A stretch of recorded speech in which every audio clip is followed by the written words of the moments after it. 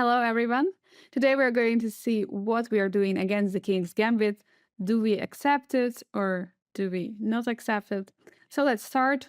The King's Gambit is opening, which is arising after e4, e5, and here f4.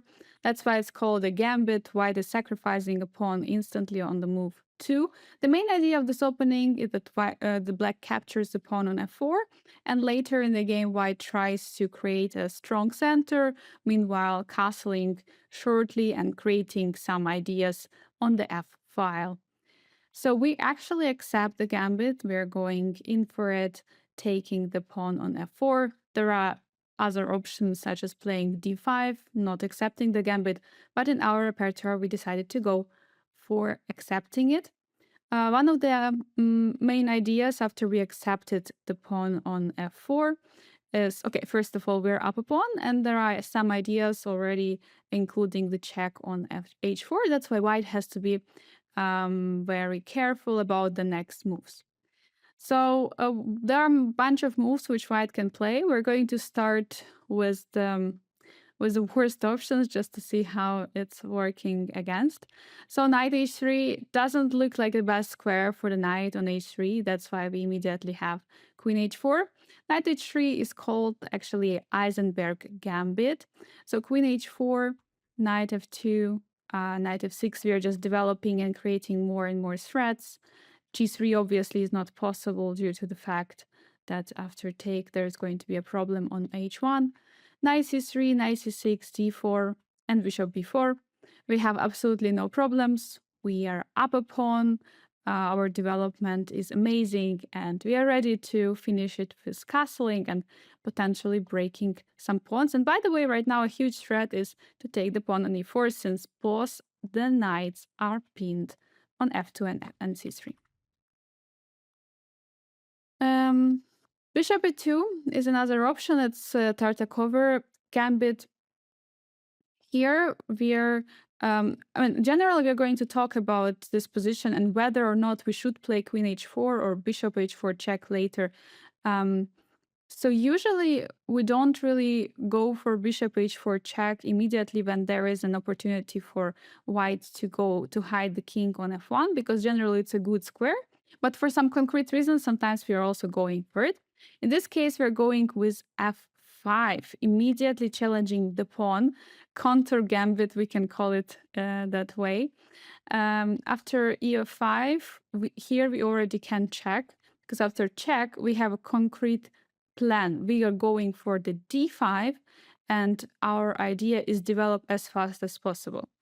After knight f3, which is very logical move, challenging the queen, king goes away, d4.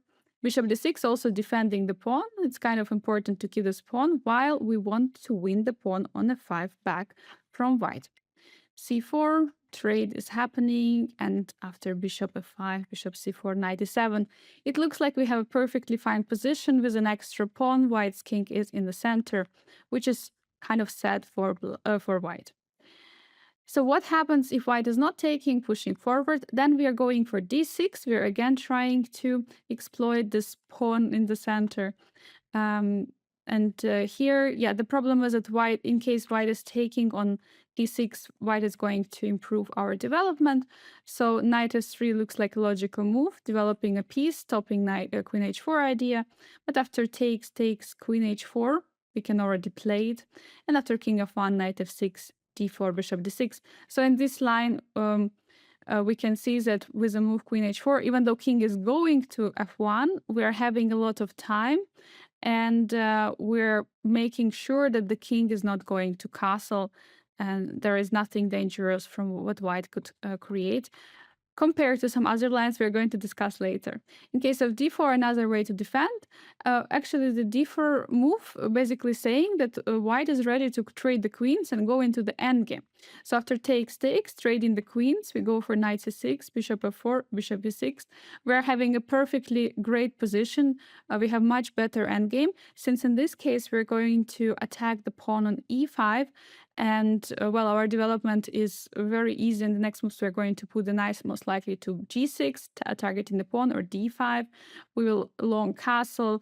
All the moves are coming very quickly, and the pawn on e5 is super weak. So queen f3 is another move. Again, it's not the best option, but we are looking at all possible opportunities for white at this moment. So this is a Breyer gambit. So here we are not yet playing queen h4 check, even though it would be possible, but doesn't bring so much power since white can defend with the queen, the check. So we are going for knight c6. We are creating more threats and developing the piece at the same time. Right now, sorry, not knight d3, but knight d4 is a big threat, definitely targeting both pawns. What can white do with it? First of all, moving the queen, taking the pawn, or playing c3, stopping the idea. So after c3, queen h4, finally we are ready to go for it, since after queen f2, we are not afraid of going to the endgame, and after knight f6, d3, we are breaking the center, and there are no piece which is developed besides the white's king, which is of course not the best sign. And well, it looks like we're going to break the center for white and get a very nice position. So king d1 is another option, just moving the king. First of all, this move was saying that white wants to hide the king on the queen side a bit later. But here we are breaking the center immediately with d5 and introducing the idea of bishop g4, which is actually very, very annoying since it's a pin on the queen, which is very deadly. h3 de, we are taking the pawn. Now there is of course no bishop g4 any longer. After queen takes, knight g7, we are defending from the check and developing at the same time. And let's not forget that the pawn which we took from the second, sorry, it was not from, yes, it was from the second move. It's still there on f4, so we're still up a pawn. Our pieces are more active and we are ready to finish the development with moves like bishop e6, long castle, and create some attack against the king in the center, which cannot castle actually. So g3 this move makes a lot of sense, because with this move white is not actually trading the queens, and at the same time it's a threat, it's a tempo on the queen. So what should we do? I mean, the problem is that after takes, the rook now is defended, so this move is working out pretty well. But here we shouldn't really worry too much, because we have queen a7 move, and let's not forget that the pawn on f4 which we traded was an extra pawn, so in this case we still are pawn up. d4, white is trying to create a strong center, but after d5 there is an issue on the pawn on the e4 square, and of course, like, the only way to hold onto the pawn is to push it forward with e5, but after f6 we are breaking down this strong center, bishop b5, bishop d7, just defending from the pin. We are ready to take on d5, we are ready to long castle, develop our pieces, and let's not forget we're still a pawn up in this endgame. That was a c3 move, defending from knight d4 jump, but what happens if white is taking on f4, which looks very logical. So now queen already made 2 moves, and after bishop d6 is going to be forced to play once more. So let's say queen goes to f2, defending from the queen h4 checks, and just generally just going away. But the problem is that from f2, queen cannot defend the pawn on e4. So knight c3 has to be developed and defending at the same time, but knight g4 is coming, targeting the queen once again, queen f3. And here already we can see the power of the bishop on d6 and the knight, that the other pawn is falling. So we're still a pawn up, and actually there is a lot of dangerous move coming in the next moves. Queen h4, also some checks. The dark squares are very weak for white, so that's definitely also according to computer it's winning position, but definitely a huge play for black. In case of queen e3, which maybe makes more sense, the point is that queen is defending the pawn on e4, but for sure we still have ideas of knight jumping to g4. That's why knight f6 we are playing.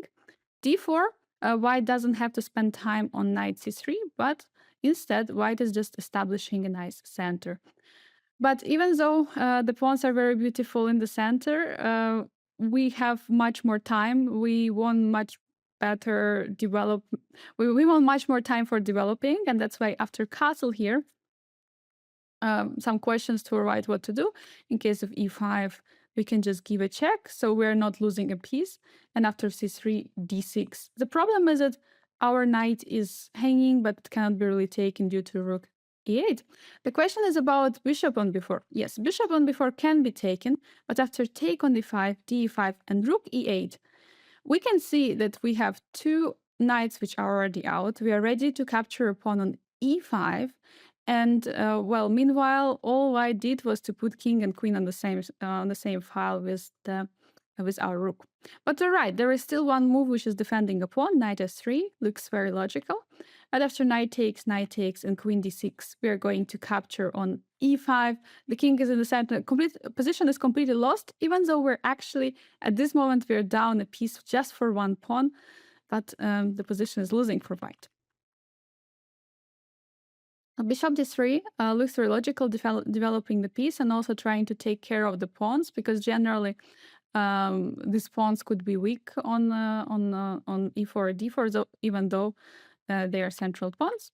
So bishop b4 check, very interesting idea, because after c3, like in the previous line, we have a nice option of sacrificing the bishop. We don't really care about material, but we care about the fact that king is still in the center for white, and we can open up fully. So we are pushing with d5. In case of accepting the bishop, which might look like a most challenging choice, we're taking on e4. Bishop goes away. It feels like, oh, everything is very nice.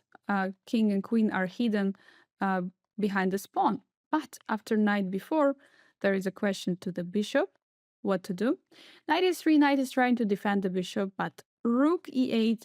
And in this position, we can already see that the moves like knight coming to d5 are possible. Also, our bishop is getting ready to jump into the action. And while the position of the king, which is still in the center, is not ideal, we're going to have most likely the strong pawn. And for sure, there is a compensation for a piece and strong attack against white's king. So e5. Another option, of course, not to take the bishop, but say, I would rather keep the pawn structure nice in the center. I would rather establish this nice pawn chain and, well, not allow you to open up the e file. But after e5, and also it's double attack, right? The knight and the bishop at the same time are still hanging. But here we have knight g4 tempo, which we were talking about earlier. So here in case of queen d2, we're just removing bishop away, and after a move like f6, we're going to ask some questions to the pawn chain. And well, since we finished the development, there are some questions to be asked for white. In case of queen f4, we would sacrifice a knight. So the thing here is that we were already ready to sacrifice a bishop, but now we're sacrificing even with a tempo. So white has to take the knight, and after bishop coming to the c5, there are more weaknesses to find in the position of white. First of all, is knight f4, huge threat to win the rook on h1. And of course, we always going to have rook e8 with ideas of taking on e5. E5, the position is great for black, and white is collapsing.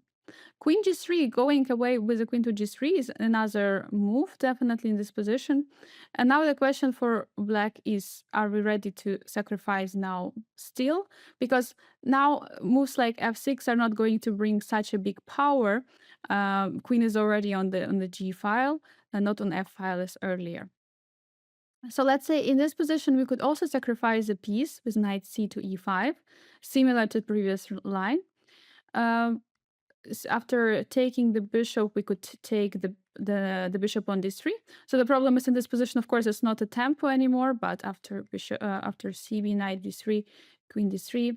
So I'm making moves some quickly. It's just one of the lines which probably will never happen, but just important to see that after bishop d7, we still have a great position. Rook is coming to e8. We're definitely attacking very nicely. In case of h3, attacking the knight, so at the same time, again, two pieces, or actually three pieces in this case, are hanging. We have an intermezzo check, and now rook e8. Our rook is jumping into the action.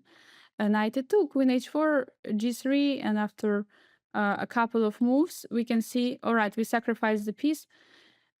There is definitely pressure on the knight on e4, on e2. We are ready to develop our other bishop, and the other rook are ready to get into the action. Bishop g4 could be a move, also taking a pawn. So definitely there is a compensation. So what happens if white decides to take on e5? Well, then we're going for bishop c5. We're going again for the f2 square. That was what was happening in the previous line. And after knight h3, we are capturing back the pawn. Queen obviously cannot capture due to the rook e8, very annoying move. So knight f2, we take the knight with a bishop, because in this case, white is forced to take with the king.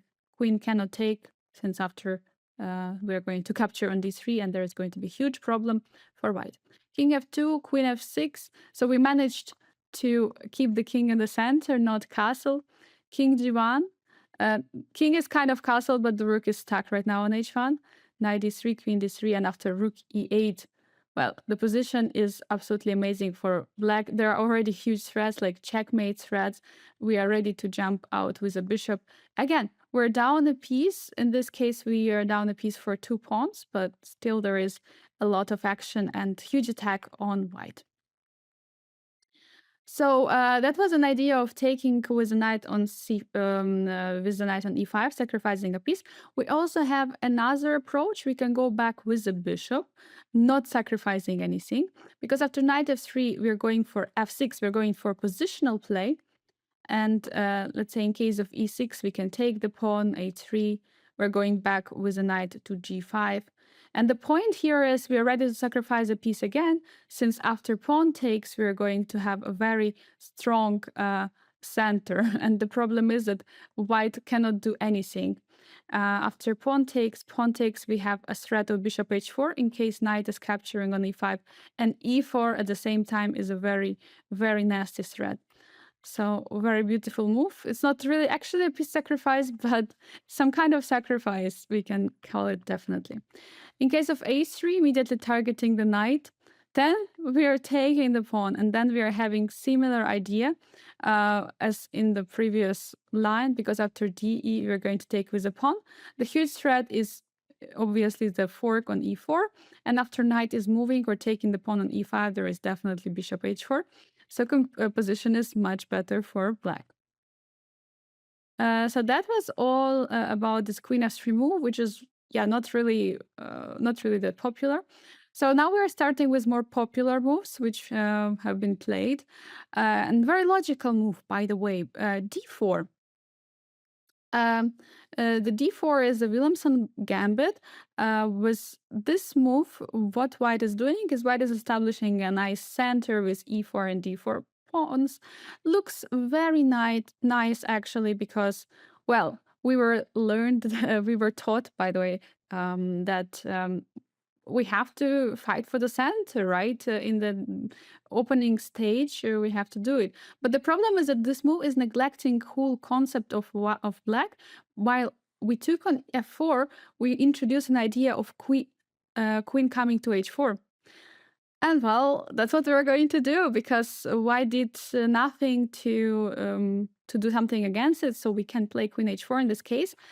Also very important that the bishop is still on f1, that the king cannot really go to f1, because it would be nice square generally to hide there. But now after queen h4, king will have to find some awkward squares, so it should be either d2 or e2. So let's start with king d2. Well, king stands worse than on e2 generally on this square. It's blocking many pieces, queen, bishop, also knight. So yeah, not really the best square. And also it's introducing another check, queen f2, because here we are already threatening to take on d4. That's why queen e2, let's say, is not a move. So knight e2 is the only way to defend the pawn on d4. Knight f6, introducing another threat in the position. And after king d3, king has to defend the pawn. This is absolutely incredible position. Because let's say if even knight c3 we would play, then there is definitely Sorry, I couldn't play the move. Then there is bishop b4 immediately with the same idea of taking on e4. And king somehow is the only piece which can defend the pawn. Very strange. And here we have a very nice f3, targeting the knight and the pawn. So what white has to do? So the problem is that taking on f3 is going to allow the take check and winning the rook. So that's why white is forced to play knight f4 defending on g2. Knight c6. We are continuing our development with the threads. c3 is the only way to stop it. Well, and after d5, we're completely opening up the position. The king on d3 is not in the best shape, and well, it's a winning advantage already for black. This was king e2. Let's say, what about king e2? Well, the king e2 makes more sense because with this move, what white wants to do is to play knight f3, targeting the queen on h4. Once queen's going away, let's say on e7 or d8, then king can continue its journey to g1. Okay, first to f2, then developing the bishop from f1, then rook comes to e1, and then king comes to g1. So such a long, short castle, if we can call it like this. So here we are going for d5, instantly opening up the center. Generally, d5 move is very thematic move in many of the chapters, and this is not an exception. In this case, this idea of queen h4, giving a check and following up with d5 is very nice, because in this way we are trying to break the center of white, and we want to open the position to create an attack. Knight f3, a very logical move, targeting the queen, but after d5, we have another opportunity. We have opportunity of bishop g4, and our queen can, for time being, still be on h4 safely. So after e takes d5, we have knight d7, and we are going to transpose to the e d5 line. Let's look now quickly e5, and then we are going to go to the e d5 line. So e5, white is trying to keep position closed, which looks logical because once you have some problems, especially with the king in the center of the board, you want to keep the center closed. That's what white wants to do. But after bishop g4, it's already coming with a check. Knight f3, defending. Now we have knight c6. We're putting more pressure and okay, creating some potential stress. Definitely not yet, because pawn is defended for time being. Bishop takes f4. White is recapturing the pawn, which we took on the second move. And after bishop takes f3, king is forced to take to defend the bishop. Knight h6. Now we have a huge threat in the position. Queen g4, winning the queen on d1. So now white really has to do something. White can firstly try to take the knight so that there is no threat anymore. But now knight d4 check is coming with a tempo on the king. King e3, bishop c5. We're continuing. We're not really caring about the bishop, even though we could have taken with a tempo, but our knight would hang. So bishop c5, we're creating even more stress, even more discovered checks anywhere we want. And basically in this position, white is already completely lost. There is nothing white can do to defend the position. We're going to win a lot of material or checkmate. So queen d2, removing the queen from the d1 square, so that queen g4 is coming without any kind of trouble. But here we go with the g5, very nice move. So our idea is not only to target the bishop, but in this case, pawn on g5 is falling. But our idea is to open up the file, not the file, but the rank, the fourth rank, to attack the pawn and take the pawn on d4. That's a key idea. So here bishop e3, I mean, that's why it's pretty easy to explain that after bishop, takes on g5, there is going to be knight d4. And well, white is going to lose material or even get checkmated. Yeah, so that's why bishop e3, white is trying to be solid, trying to defend the pawn. But here we're having knight f5, next knight is coming. Now we really want to take on the d5. g4, the final try to stop this madness, to stop this attack on the pawn and to block the queen. But the problem is that in this position we have bishop c5, once again attacking the pawn. And the problem is that even though we are losing the bishop, in this case we are offering white to take the bishop, the pawn on e5 is going to fall, and then our other knight is going to join. There are a few moves which white can try here. The position is completely sharp, but completely lost for white. So after c3, it doesn't really have much, because after knight takes e3, we have a big problem on, white has a big problem on e3, de and knight e3, so we're winning material in that way. If bishop takes g5 now, it's tempo on the queen, but now we have a check, knight d4, king comes forward, and we're going to see very beautiful checkmate, because after knight check, if king is going backwards and the bishop is falling, so king has to go forward, and we have another check. King goes here, and bishop b7, checkmate. What a beautiful checkmate. So DC, what happens after taking the bishop? As I said, there is knight e5 check, king e2, queen g4. We're capturing many pawns, attacking the king, and that's going to win material after queen f3, because bishop is going to fall, or something is going to fall, definitely. That was dc5, and final move we're going to look at is g takes f5, so taking the knight on f5. So here we have another jump with a knight check, because after bishop d4 we have an intermezzo. We have queen e4. So the whole idea is that the king cannot really escape, because king has to run away. King g3. Now we are taking on d4, and everything is kind of hanging. The rook is hanging. There are also some checkmates which are hanging. So white has to do something. White is giving a check. c6, very logical. Rook e1, bringing out the rook. But after queen h4, we're going to take on b2. So definitely, yes, we're not taking the bishop, but we are taking on b2. So here, queen d5 could be a nice move, because now there are some threats, such as bishop takes c6. But after queen e1, bishop c6, we have to be really careful, because if we're going to capture, queen takes, king f8, taking the rook would not be an issue, but queen h5, and we are in a trouble because we cannot escape the draw. Position is completely winning, but there is a stalemate, so it's a draw.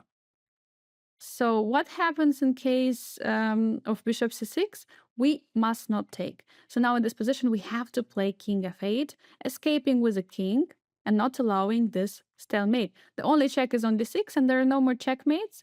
Meanwhile, we are just crushing. That was in case of queen takes d5.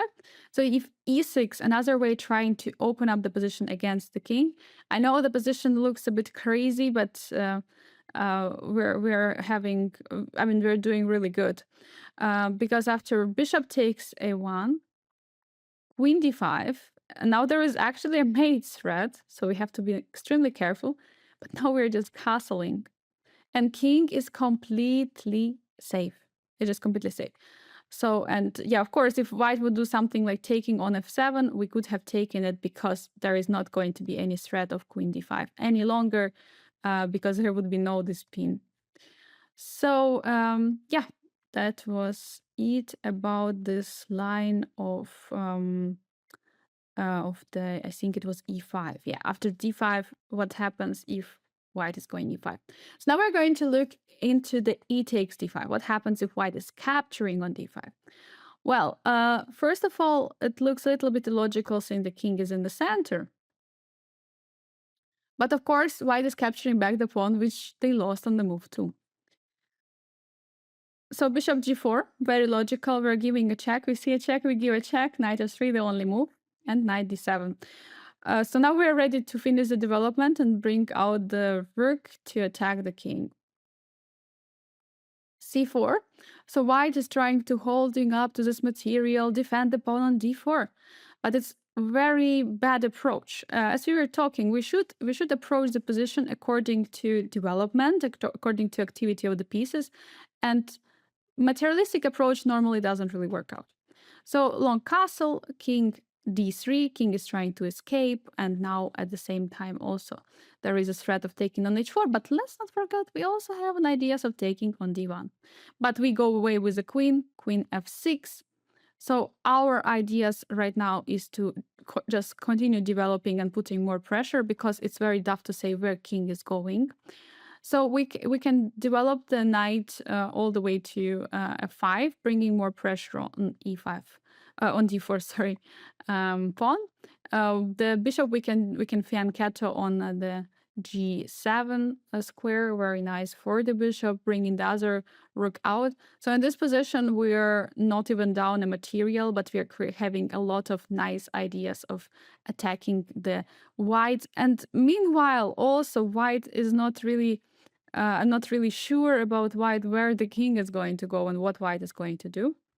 So it's definitely clearly better position for black. So what happens if bishop takes on f4? It's kind of the only question, because after bishop takes f4, white took a pawn on d5, and white took a pawn back on f4. That would mean that white is up a pawn. Can white win because of the extra pawn? Okay, it's tough, definitely. So bishop f3, our typical idea. We're attacking the king and the bishop at the same time, so king is forced to take. And here we have a very nice idea, bishop d6. And here in this position, we have to play very fast, because if we're going to be slow, then white is going to establish the position, play something like c4, create a pawn chain, develop the bishop, hide the king, well, then there is going to be an issue. Or, for example, g3, king comes to g2, and so on and so on. So white, with a slow play, definitely white is better here, because it's a pawn up. I mean, it's a pawn up, potentially endgame. So bishop d6, we have to play super fast. There is a check which white can include, but it's not going to help much, because, okay, now bishop cannot really develop. So we play knight e7, bishop takes.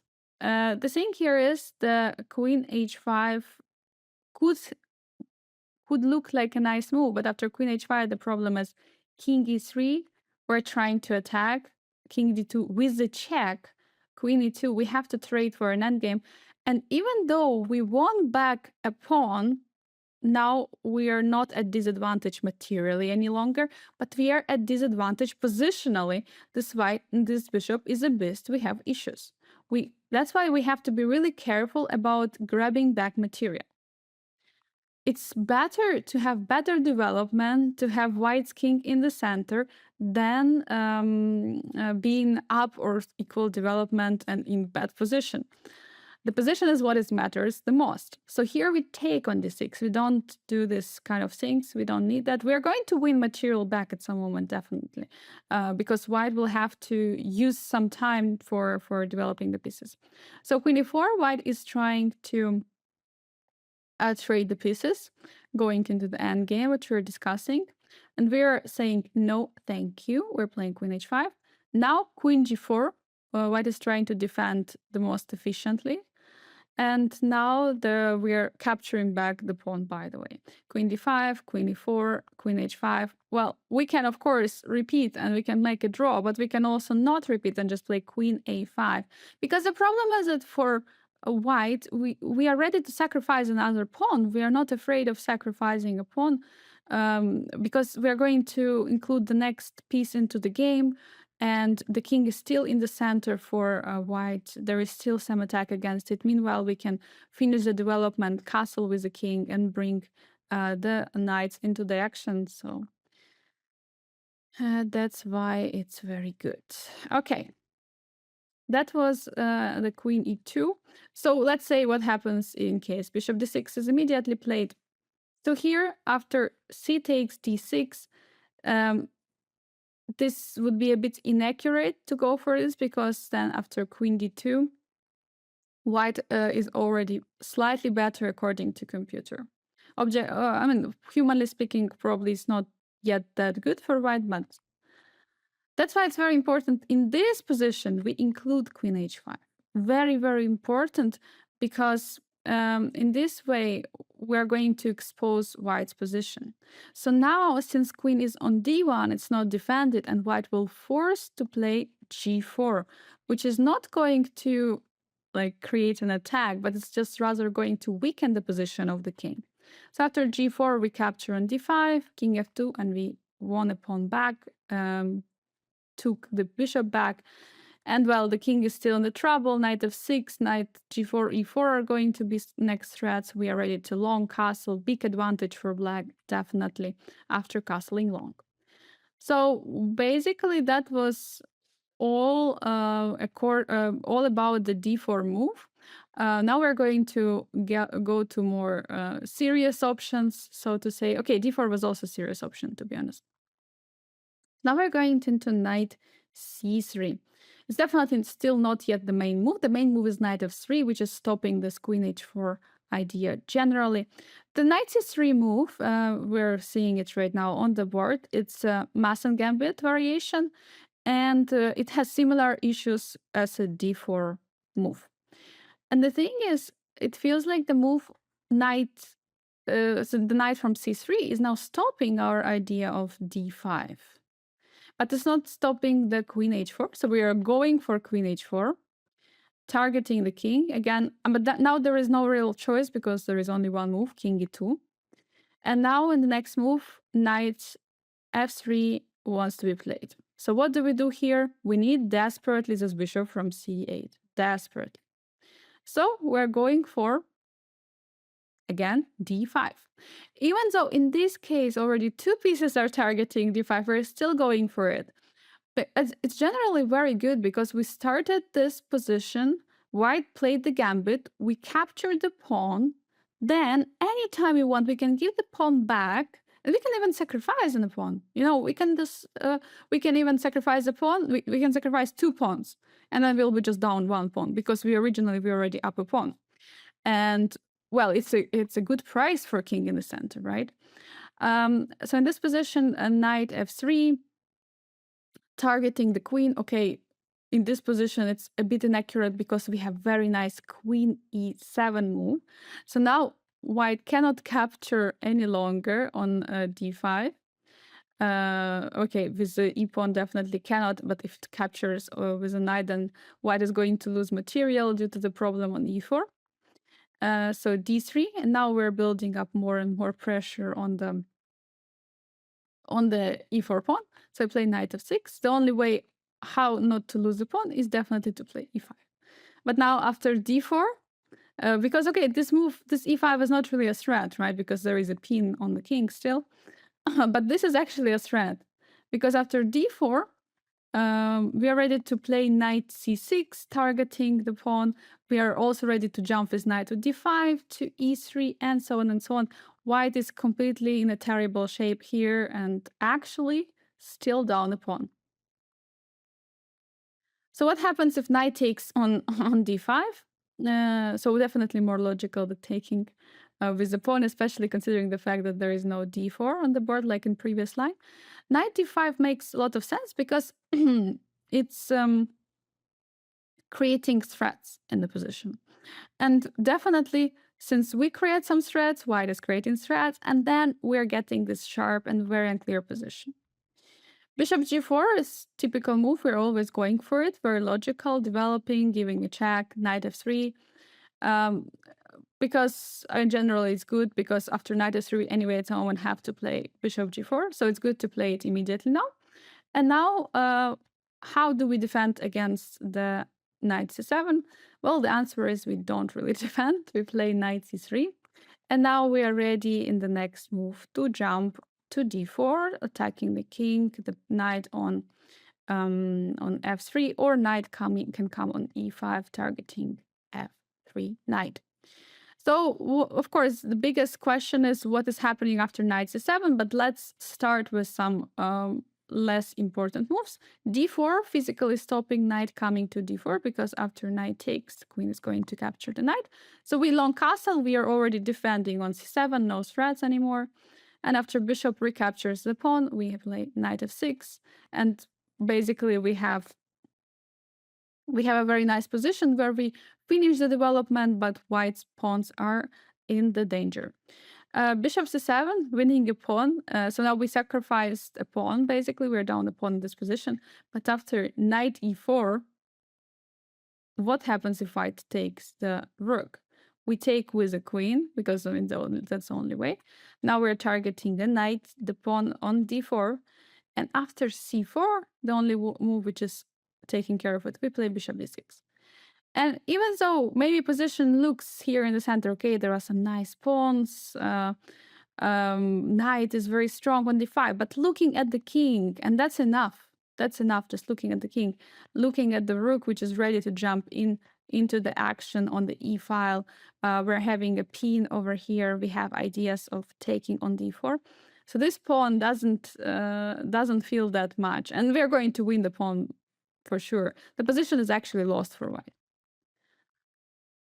So bishop g3 is another option, targeting the queen. Now we have to really do something, because we have a problem with the queen, and we go back.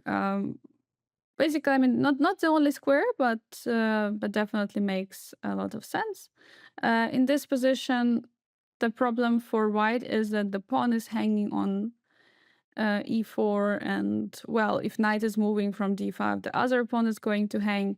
So there are many issues in the position, which is tough to handle for white, while we already finished the development and attack is still ongoing. So objectively, again, winning position for black. So in case of c3, trying to stop the idea of knight d4, then we're again long castling. We're defending the pawn, and the attack is going to continue. We're going to continue it because we didn't sacrifice a pawn. And well, even if white is taking on f4, again, as I said, we just we just give a pawn back. So we didn't lose any material.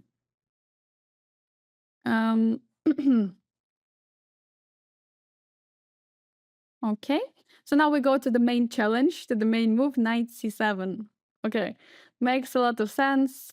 Try asking black, okay, could you show me what actually you want to do? Because I'm just going to grab your rook. Okay, we're under check. We have to move as a king. King d8. Knight takes a8. Knight e5. We are creating more and more pressure on f3. On the f3 knight. And by the way, our threat is, yes, let's not forget about it, not only to take the knight with a knight, but also after taking, let's say there is some general move is being, okay, I don't know, let's play something like d4. Then knight f3, pawn takes, bishop takes, okay, it's a threat, king has to take, and then there is queen h5. And there is a problem. So that's why white has to react on it.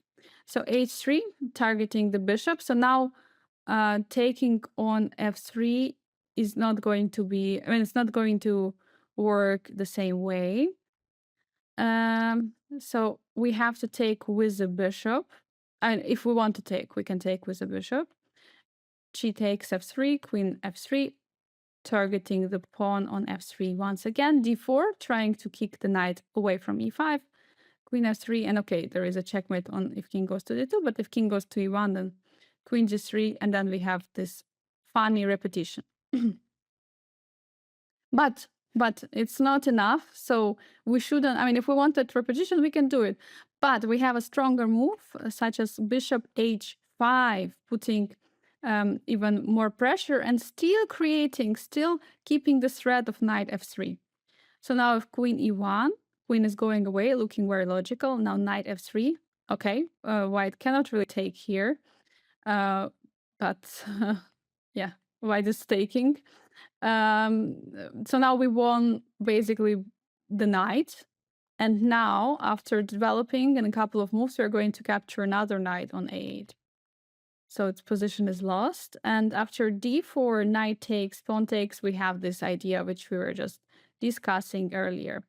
Even though this position, we can say that, okay, there could be some there could be some chances for white, but the problem is after bishop d3, okay, very important is not to rush with f3, because after king h2, our queen is going to be trapped on d1, which shouldn't really happen. So queen h5, we have to go back, bishop f4, and after knight e7, we're just going to continue the development.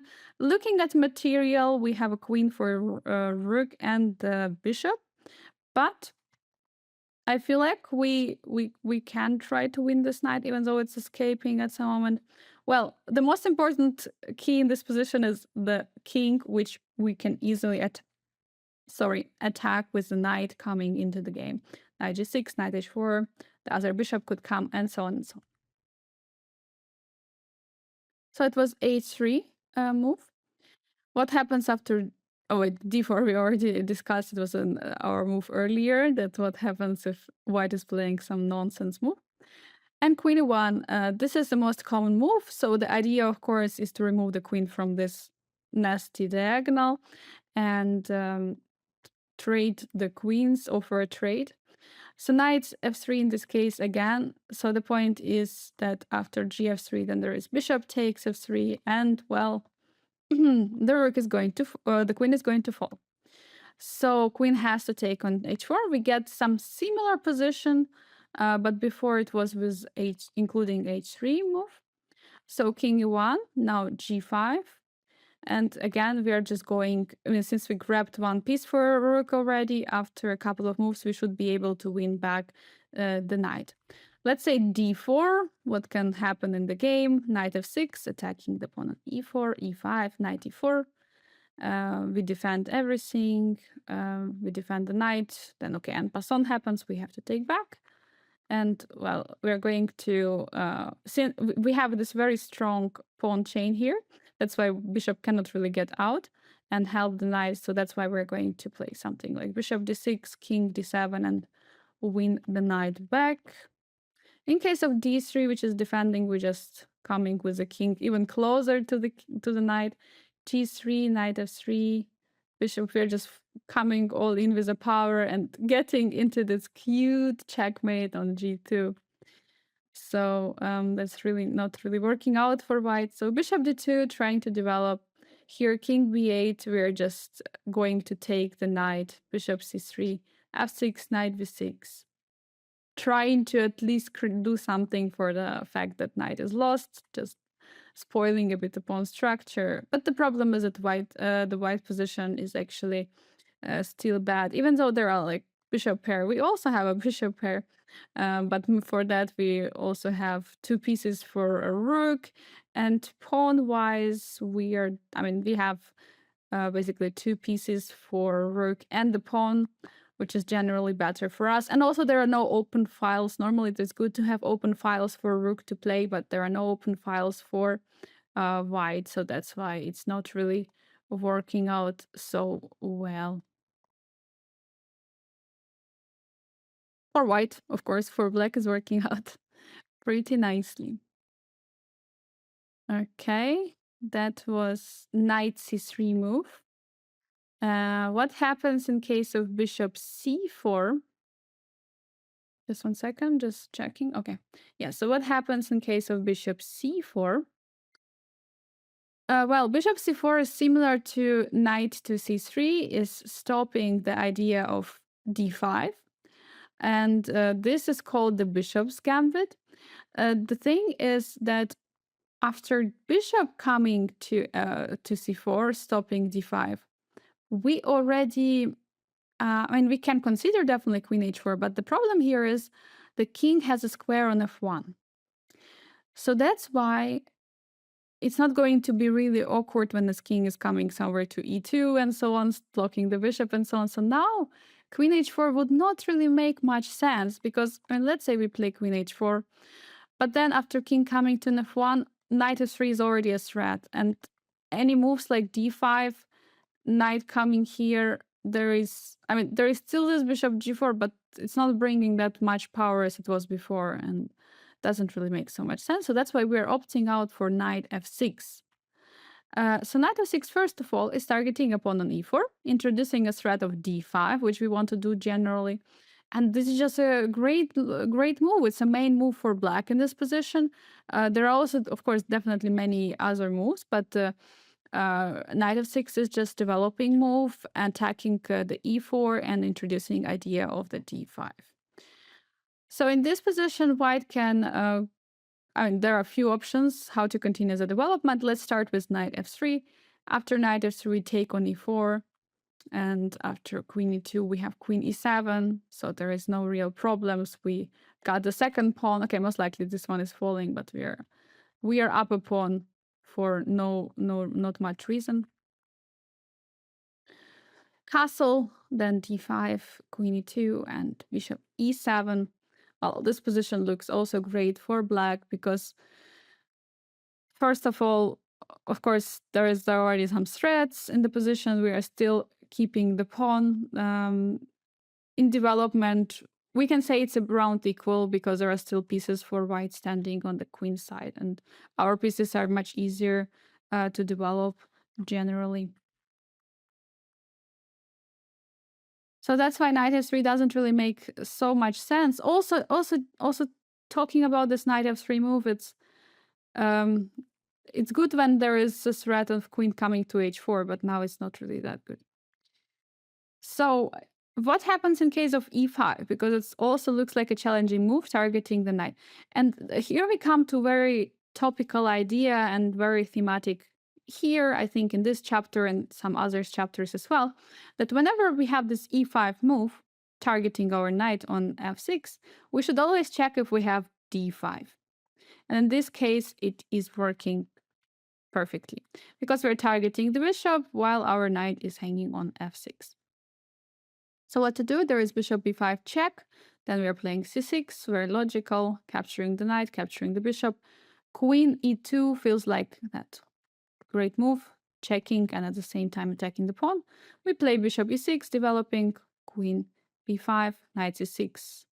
And after a couple of takes of the pawns, we have knight d4. Now we are already creating a big threat of taking on c2 with the fork. And well, even though we gave up some pawns, I mean, we we are going to grab more pawns on the way. We're going to have also a rook move where we'll take this pawn on f6 and so on and so on. So yeah, definitely worse the position. And well, we have so many pieces active. The only active piece on right is the queen. So what happens after e takes f6? Then we are, of course, taking the bishop. And after queen e2, again, we have similar idea of bishop e6. And in this case, we're even defending the pawn on c4. So the position is kind of even worse than the previous one for white. Oh, bishop e3, bishop going away. So now we have an opportunity to move the knight or do something else. And of course, we do something else. We play bishop g4. We use the fact that knight is for now standing here and defending the bishop. So knight f3, and now we go knight e4. So of course, if we would play knight e4 immediately, there would be no bishop g4. So it was good to use this kind of tempo. So now knight is on e4. And now the question is, what happens after d3? I would like you to stop the video right now and try to find the best move for black. So it's actually a bit tactical here. The problem is that our knight is right now hanging, and okay, if we move it away, if we move it on c5, we would attack the bishop. Okay, maybe makes some sense, but there is a very clear idea. Bishop f3, we're eliminating the piece which was protecting from queen h4, and after queen f3, we have queen h4 check. And it's not really clear how to defend from the check since all the squares are covered by the knight. So now the problem for white is white has to place the king on some awkward square. And after knight e2 or knight f1, both moves are going to be followed with knight g3. Check and winning the rook. So now after hg, queen h1. So now we are winning an exchange already. So let's look at bishop takes on f4. There are a few moves right now in this position for white. So let's start with bishop takes f4 because bishop was under attack and pawn was hanging, so looks very logical. c6, defending the pawn, also logical. Knight c3, giving up another piece, knight d5, bishop b4, threatening a checkmate on e1, and giving back the material because we already captured a lot of pieces. So knight b4, and here we are in time to castle. We are in time to escape all this danger from white because white is already very ambitious with all the pieces in the game and could have created some problems. So that's why we had to sacrifice the bishop. I mean, we sacrificed, but we already took 2 rooks. So material-wise, of course, black is winning. And since we managed to hide our king, we're also winning this position. So in case of queen d5, so here are already some threads in the position. We have to be really careful. So we're playing queen h5 check, at the same time defending on f7, king d2, and now c6, and now white cannot take on b7, defending from b7, and pawn on f7 is also defended. So now the problem for white is that there is no active move. The only piece which is active is a queen. Bishop is not really working. I mean, it's working, but everything is defended. And well, we are just up an exchange. So what happens after knight d2? So here we are, I mean, white is trying to continue the development without losing bishop or without all these crazy lines. But here we're just also continuing our development, playing knight c6 with a huge threat of knight d4. So now white has to do something. But it's very unclear how to create any threat from white. Meanwhile, we are going to castle. We are up an exchange still, and positionally speaking, as position is still better for black. So that was about the e5 move. So e5 is not really good. So what about d3? Looks like logical move, defending on e4, at the same time attacking on the f4, and getting ready to develop the bishop. Well, here we execute our main idea why we played the knight on f6, because we also wanted to play d5, and we're going for it. If we can play d5, we should definitely always consider it and go for it. So e takes d5, knight d5, at the same time defending a pawn on f4. Let's not forget that we introduced the idea of queen h4 in the position again. Now queen h5, so it's not a check. Let's not worry about our knight, but it's targeting the knight on d5. So we have to do something. The thing is, a logical and natural move, bishop e6, could work as well, because after knight e2, we're going to continue development. And the thing here is that after knight f6, we're making a fork and we are ready to take on d5 even with a knight. So here bishop c6, white is trying to spoil our pawn structure, but we're not really worried about this, because after takes queen f3, we have bishop d5 move. And here after queen f4, bishop c5, our bishops are great pieces. White cannot really castle. The position is slightly better for black. But here there is another option. We can say a bit more sharp, but it's also, there is an intermezzo check on e7, and after knight e2, we have knight f6. Queen g5, bishop g4, knight c3, and now we're just continuing development. We're keeping the king in the center in the following way.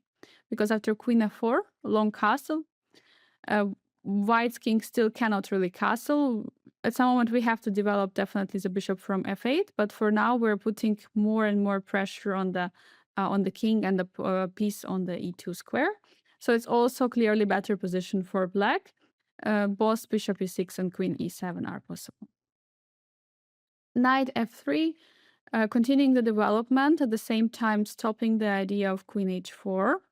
So now we have an interesting move, which probably human would not really play, but engine found the move, bishop d4. So the point of the move, because I mean, humanly, probably we would not play this move, because after c3 would be like, what did we achieve? But actually, it's a good move because it's provoking c3. After c3, we go all the way back to e7. So now after castle, castle, bishop d5, queen, bishop f4, we have bishop e6. And now the point is that in case bishop takes on c7, then we're going to play queen c5, and there is going to be double attack, check, and attack on the bishop. So it's not really going to be possible. And now we can see actually also why this move on c3 was nice, because then also knight cannot come on c3, and yeah, that's going to be a problem. And of course, white will have to trade the bishop, which they already traded. So yeah, that's not really a question. Okay, so this was the line of d3. What happens after queen e2? Well, this is a little bit more aggressive, because in this position, white is not allowing d5 at any cost, because now it's going to, like after d5, there is going to be a take on d5 as a check. So definitely we're not doing it. So we're playing bishop b4. Another move which was found by computer, another bishop b4. Very, very clever move, and we're going to see why it's so important. So let's see what if white is just completely just developing. So knight f3, we're going to castle, d5, ed, rook e8, queen d3, and knight bd7. e5. So now we don't have the d5 move, which we would usually play, but we can use the fact from how queen is located on e2. So castle. Now the take is not really possible due to the rook e8 coming. c3, targeting the bishop. And now we have a counterattack of d5. We have two pieces hanging, but it's okay because knight on c6 cannot really be taken. So we are attacking the bishop while our bishop is also under attack. So bishop b3, and now knight c6. We are developing again, and we're sacrificing the bishop on b4. Quite a few times we are sacrificing a bishop on b4 in this variation. cb, and now rook e8. Now we are ready to bring the rook and attacking the pawn on the e5. So here, knight f3, we're taking the pawn, because after knight e5, we have bishop g4, queen has to move, and we are going to capture on e5. That's what's happening, king f1, knight e4, and basically we have all the pieces attacking the king. White, it's very difficult for white to defend. It feels like rook is hanging, but there is a checkmate on f2, so it's not really working. We're having also another rook if we need it, but yeah, all other than that, knight g3 is a huge threat, so great position, completely winning. In case of a castle, in case white is not capturing on f3, then we have bishop g4, creating a pin, putting more pressure on the f3 knight. So here, in case of queen d1, knight f3, pawn takes, bishop f3, and well, basically, if we could place a queen in the next move, it would be already crushing. Still, position is winning because we threaten to jump somewhere with a knight and bring the queen out. So then there would be a checkmate on g2. So it's very difficult to stop that threat without any material loss. Queen e5, sacrificing a queen after rook e5, knight e5, queen d6. So looking at the position, there is enough material for the queen because white has a rook, knight, and the bishop for the whole queen. The problem is that these pieces are still standing on the back rank and not developed. And queen d6 is coming with a tempo, knight is under attack. What to do? d4, defending. Now we're playing queen b6, targeting the pawn on d5. Rook f4, defending the pawn. Now rook e8, we're creating, with every move we're creating a threat. Rook e5 is a threat now. So now white has to do something. If knight g4, then we're having rook e8, rook f1, capturing, and after knight g4. The problem is that, again, looking at the position, there are all these pieces against the queen, but the problem is the king is so lonely that white is going white is going to lose, and black's queen is going to manage to checkmate very easily. So in case of king going away to h1, we're targeting the rook. Now rook has to go somewhere. Rook f1, and now bishop e2. We are forcing the rook on the worst square, and after rook e5, we sacrifice and play queen f2. In the next move, we are threatening to play bishop f1 and checkmate. Let's say bishop d2 is played and bishop f1 checkmate is threatened in the next move. It's not possible to not get checkmated in the next at least 2 moves. So yeah, that was about the line of the bishop. No, it was not bishop c4, but it was bishop queen e2 line. So now we are going to the main move of the bishop c4 line, knight c3. So now it makes a lot of sense because white is defending on e4 at the same time and also stopping the d5 idea. Very, very logical.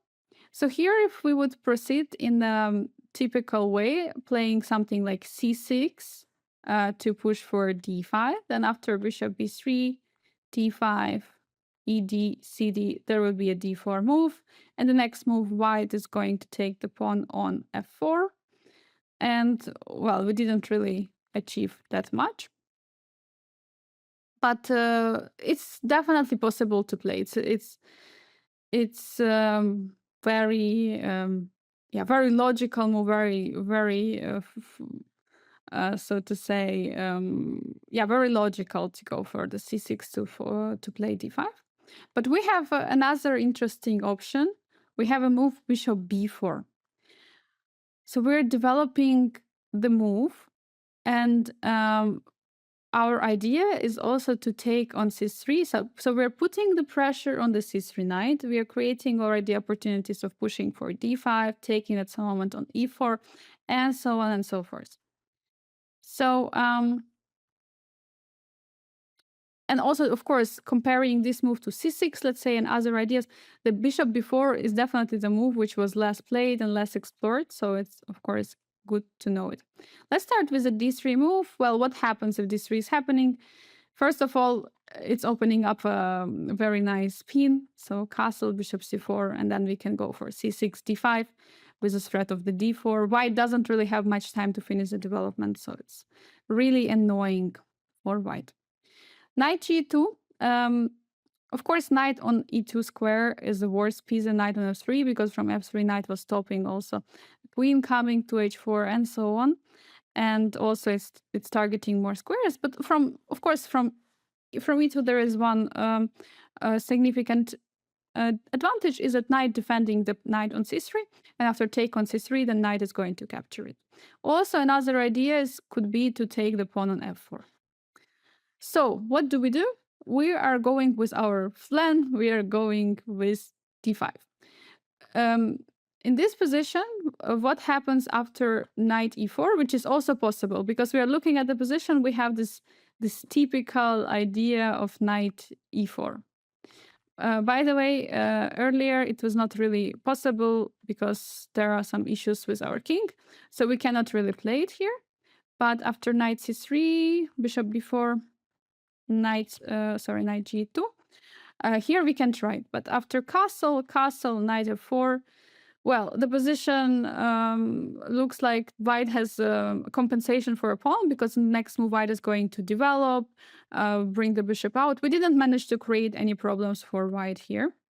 So that's why we're going for d5 right away. Many times we're going to have this d5, we're sacrificing a pawn, and also the point would be always that we already won a pawn on f4. We are our pawn in this position. We can give a pawn up. We can even give 2 pawns up. We will be just pawn down. And in this case, if white is taken, then we're going to be we are going to have equal material.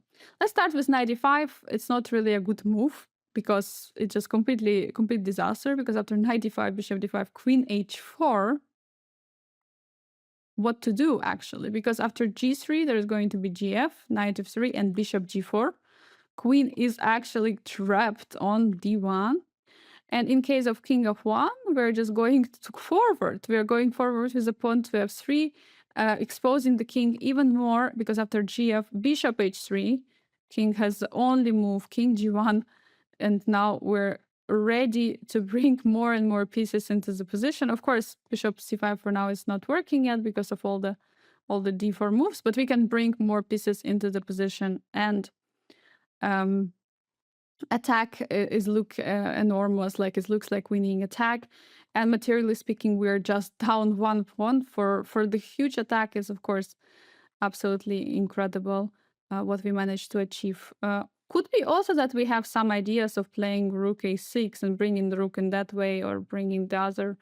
No, this one probably would be not so likely because of the opportunity of this bishop coming out, but definitely could be some ideas of bringing the rook to there, to the g file, also maybe opening up this, but yeah, huge attack is ongoing. That was knight d5. So what happens in case bishop takes on d5? Well, it's not really changing much. The whole idea, if the piece is taking on d5, we are capturing with the knight, and we are having queen h4 again. King f1, and now f3. Similar idea once again. So if knight takes the bishop, we're taking on g2. We're not even taking the knight. King takes, bishop h3, and well, there are already huge problems because it looks like checkmate is almost unstoppable. King is in the worst position on f3. We are ready actually at home to castle, maybe with some checkmate. So position is so bad.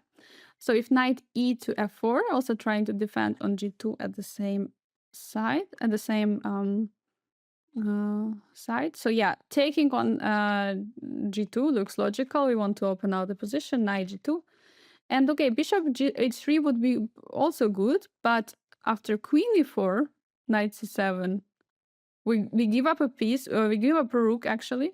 And after bishop h3, queen e2, we're going to take back the knight, and we're going to win back the knight on a8, which is going to make our endgame much better, and we will have winning advantage definitely, because this knight from a8 cannot really escape. That was bishop d5, knight d5, and bishop d5 ideas. So let's look at e d5, because it looks so far the most logical move, because after e takes d5, there is already, there is already no this take. So we have to do something, and we push with f3. We try to destroy the pawn structure of the white on the king side, and the king should be very unsafe. That's our main idea here. Pawn takes, what else to do? And knight to d7. Our next idea is, of course, to attack the bishop, capturing the pawn, potentially on d5, winning back the material. And, well, let's see what happens in case d pawn pushes, because it's most logical. d4 looks like the best move, but yeah, it is just very simple to take back material in this position and just have good chances. So after knight b6, bishop b5, bishop d7, and well, the d5 pawn is going to fall in the next couple of moves, and we're going to have a nice position, comfortable advantage due to the location of the king. Bishop b3, then we're taking on d5, castle, knight 3. Yeah, why knight is not really taken? I guess knight is needed at some moment to defend the king. So pawn takes, bishop d6, and well, we are having a lot of threats. The king is under a big attack. Right now, we're not even down material. Computer saying objectively position is slightly better, but to human eye, I would prefer white, prefer black in any way, like in this position. d3, defending the bishop, looks logical, and after that whole idea is that white is already ready to meet knight b5 with the bishop g5 ideas. So we castle, and knight b6. So bishop g5. This is the whole idea of the d3 move. So now we go back with the bishop to e7, neutralizing the pin, and we are creating a threat of taking on d5. Knight f4, trying to defend. What are we doing in this position? I would like you to stop the video and try to find the move for black. So this move has a problems because we have a bishop on e7, we have a queen on d8, and the bishop is undefended on the g5. So here we have knight takes d5 move, which is defending the bishop at the same time and targeting the bishop on g5. So after bishop e7, we are just taking and we just won a pawn back. So after bishop f6, I mean, the only way, try to keep the extra pawn, because other than that, we're going to take the pawn anyway. So bishop f6, we have excellent position. We have great play. King h1 and c6. We're trying to open up the position because we have a bishop pair advantage. So after dc, we take then the bishop, dc, pawn takes. And after trade of the queens, we are entering the endgame where our bishops are going to be monsters. We're down a pawn in this position, but there are going to be a huge problems with the white pawns on the queen side. And it looks like we're going to at least win back a pawn, but definitely with such nice bishops, we're going to have winning chances as well. So cb, bishop takes on b7 and dc, rook c8, queen d3, bishop e5. And now we have already some threats of coming with a queen. Again, if queens are being traded, there are going to be some problems for white as well on the queen side, mainly because, okay, the pawn on c4 is going to be very loose. Also, the pawns on the second rank, once the rook is also could enter potentially on them after the trade of the queens. But other than that, we are ready to attack the king if white is not trading the queens. So that was mainly about the it was mainly about knight g2. We're talking that, and we basically established that knight g2 is worse version of knight f3. So let's look at knight f3 move. So it looks like from f3, it's already a better square. It's already better square in this position because now knight is also stopping the h4 idea after any of d5 option. So that's why we cannot really rush with the d5. And we have to do some practical choices. In this case, we will castle. What happens in case of e5? Well, that we know, we're meeting e5 or trying to meet e5 mostly with a d5. Bishop b3, d4, another counterattack. So in case white takes on f6, we capture a knight on f6. And now we have very nice pin. That's why bishop cannot be captured on b4. So knight e2, knight going all the way back. We have knight g4. We're going forward. Knight f4, knight c6. And already black is clearly better here. There are big problems with the f5 pawn. It looks like it's going to fall very soon. And the bishop on c1 is a very sad piece. Let's see how the game could continue. After knight e3, we have very beautiful knight e3, queen e2. Bishop goes away because it was under attack. c3, bishop d3. Now there are some ideas. After take, we can take on c3. So let's say d takes, and if pawn takes, we are having bishop taking on c3, and there is a knight hanging on d3. Knight c5, queen e7, knight b7, knight g2, check, queen takes, knight takes on e5. Incredible. We are sacrificing another piece, and after bishop b6, even though king managed to castle, we are having a big compensation for a piece due to our very nice and active pieces. And meanwhile, white is not having such a good position. Also, let's not forget about the fact that the knight from b7 is a very complicated piece, which could be even be trapped. So that was about the e5 idea. So in case white is also castling as then we are ready to go for a similar trick. This trick we have to look out many times. and especially here. So we have to be careful because sometimes it's not working, but in this particular case, we already castled, so the trick is working. Knight takes.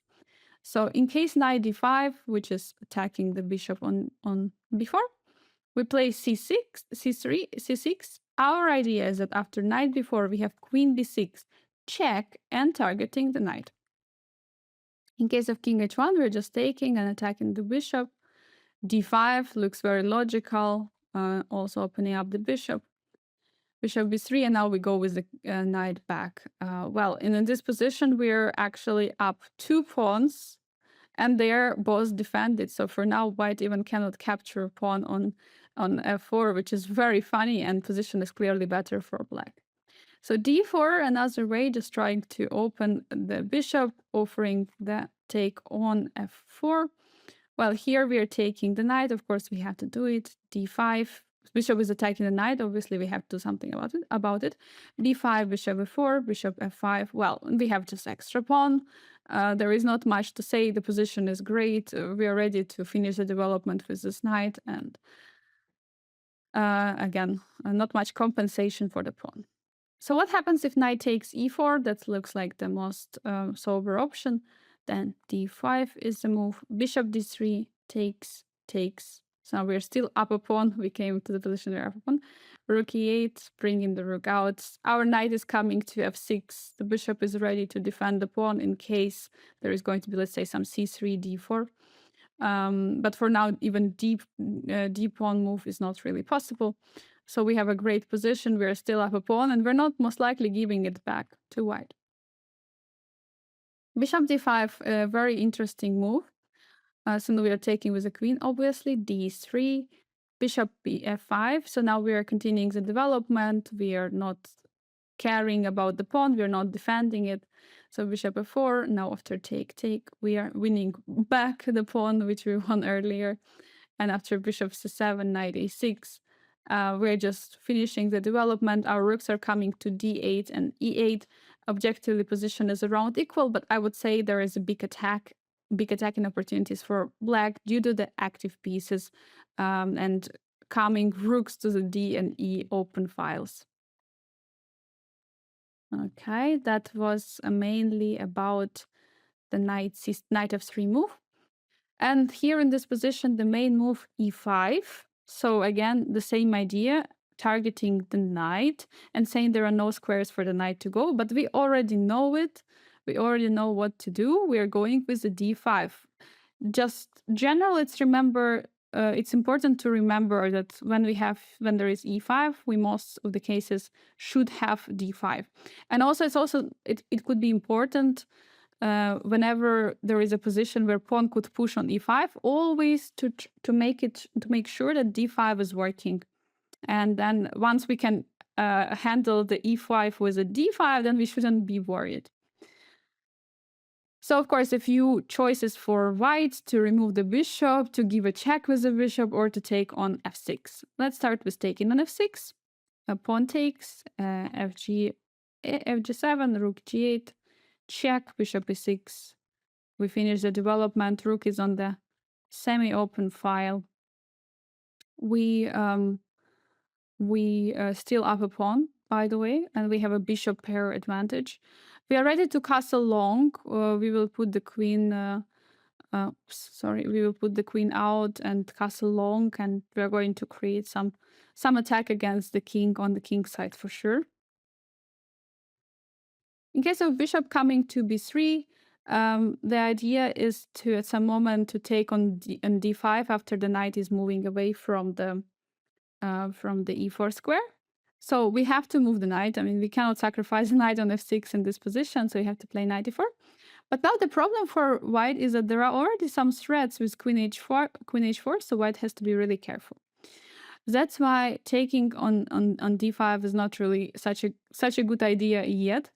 So white has to play knight f3, stopping the idea of queen coming to h4. c6, now we are actually defending already the pawn which was under attack, so it's not possible to take any longer.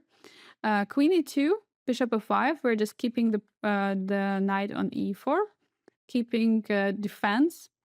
castle, castle, and here knight d1. So the whole idea of the knight d1 is that after d3, there is no take on c3, and it kind of feels like the knight is a bit awkward and has to find some squares like c5. Okay, g5 is also possible, but the biggest problem is that after d3, knight moves away. The bishop can take the pawn on f4 very quickly.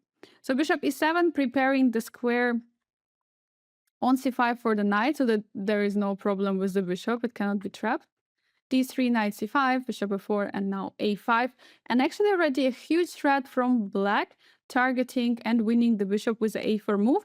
And what to do for white, because after any pawn push, we are going to take with the knight on b3 and going to spoil the structure. Let's say a4 would be played, and we take, and we spoil the structure of white very nicely. Okay, so that was the bishop b3 option. Let's say bishop b5, the most active and the most critical test for black. So the thing is that after bishop c5, normally black is playing c6 here. But the problem is that after e takes f6, pawn takes d5, b5, f g7, rook g8. After knight f3, it seems like white has some kind of advantage. I mean, due to our pawns are a bit, our pawn structure is definitely much worse, and also objectively, machine is saying so. So we're going to go for a rare move, which is knight f to d7. We're removing the piece which was under attack, and we're stopping the check. But this move is actually working pretty well.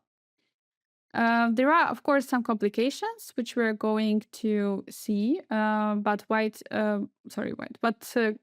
computer is still preferring the black. So knight d5, of course, taking the pawn looks like the only problem, because of course, if white is not taking on d5, then we can always play c6 and we are just good. So knight d5 is the only question of the line. Bishop a5. Now we want to play c6 with a fork on both pieces, and also queen h4 at the same time is the threat. This position is actually completely unexplored. There are only 3 games, 3 over the board games in this position. So there are a few moves. The most challenging is b4, targeting the bishop, but there are also knight takes f4, capturing the pawn, and e6. Let's start with e6, because this looks very sharp move, opening up our position of the king, and looks very tempting. And I would say for a human eye, this move makes a lot of sense, because after taking on e6, there is going to be idea of bringing the queen out to h5. So queen h4, we must check. If g3, we are taking, giving the piece on d7, but the problem is that after bishop d7, let's say if queen e2, king d8, and now g2 is coming with a win. So after bishop d7, king d7, king f1 is the only move to stop the g2. And now after g2, king g2, queen g5, king f2, we're taking the knight, and we are winning now, due to the fact that the king is still open, and okay, we're actually up a pawn. So king f1, moving away with the king. So now there are no threats of them. No threats of the queen h5 any longer, so we can take on e3. But of course, there are some other ideas. So queen e2, introducing a threat of queen f6, queen e6. So we have to do something, and we go for a short castle. There are also other good options, but this is the safest one and easiest to remember. Queen e6 check, king goes away, knight f3, and queen h5. So basically, the main idea right now is that we threaten to go for c6. We can also play rook e8, targeting the queen, knight b6, and finish the development of the pieces on the queen side. Looks like a nice idea. Knight f3, targeting the queen immediately. So we have to do something. We go away with the queen. Queen e6, king h8. So it was a check. King has to go away. And the problem is now there are many threats, like knight c5 attacking the queen, and also queen has to defend the knight at the same time. Also c6 fork is coming, so it's not really easy. So b4 looks like a logical move, but now we don't have to immediately move away, but we play a very nice move. Okay, let's first look what happens after bishop b6, and the problem what is happening. After bishop b6, knight e7, and the problem, there is a threat already of knight g6, and there could be a checkmate ideas of queen h3 and bishop c4. So rook e8, knight g6, takes, bishop 8, bishop c4, king f8, bishop b2, and it looks like white is just crushing black.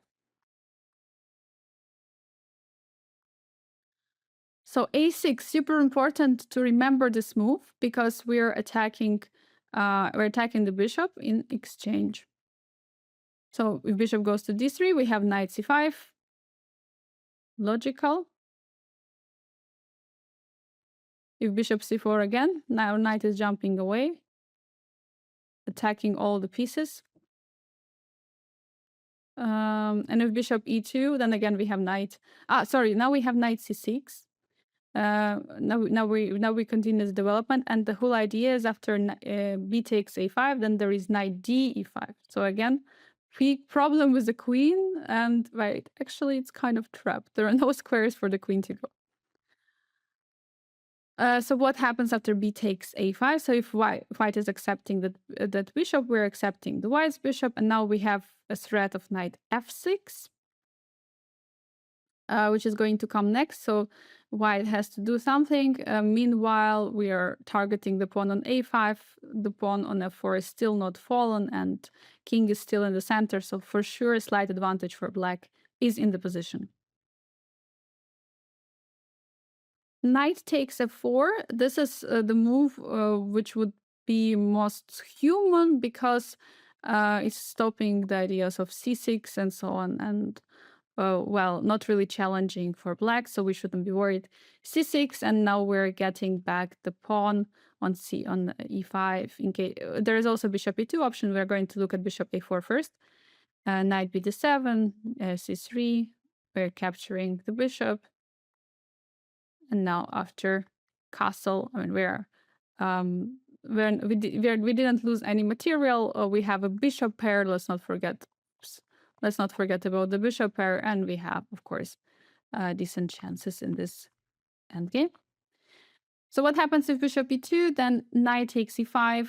So knight f3 is not really working because there is a problem of weakness on d4. Knight f3, queen b3, and after castle, white cannot really castle due to the double attack and winning of the knight. So c3, trying to stop the d4, generally taking care of d4 square, and the next move is d4 from white is looks like a good move. So we play c5, we stop d5 ideas, not allowing it. Knight f3, knight b to c6, and okay, one more point of the c5 was that knight is behind the pawn, and it's much better square for the knight than being in front of the c pawn. So castle, knight c5, knight e5, knight e5, and in this position we can feel that black is slightly better because of the fact that this pawn on d2 is going to be an issue. d4 is not possible for now. Even if d4 comes at some moment, it's going to be a weakness, isolated weak pawn. And if d3 is going to be played, then d3 also going to be weak. So it's going to be just a weakness. That's why black is still slightly better. So b4 targeting the bishop is the most challenging move. But here we shouldn't forget that we don't have to move the bishop away, because if we do it, knight b6, ab, there is knight f3, and basically white doesn't really have issues. Knight is defending the pawn on e5. Also, bishop is spinning the other knight, so there are no real issues. So we have to be really careful. c6, we must strike back. We must do something. We attack the bishop, the knight, and the pawn on e5. This is a key move, and the main idea is that we keep on attacking, because if we slow down, then we're going to give white chance to defend.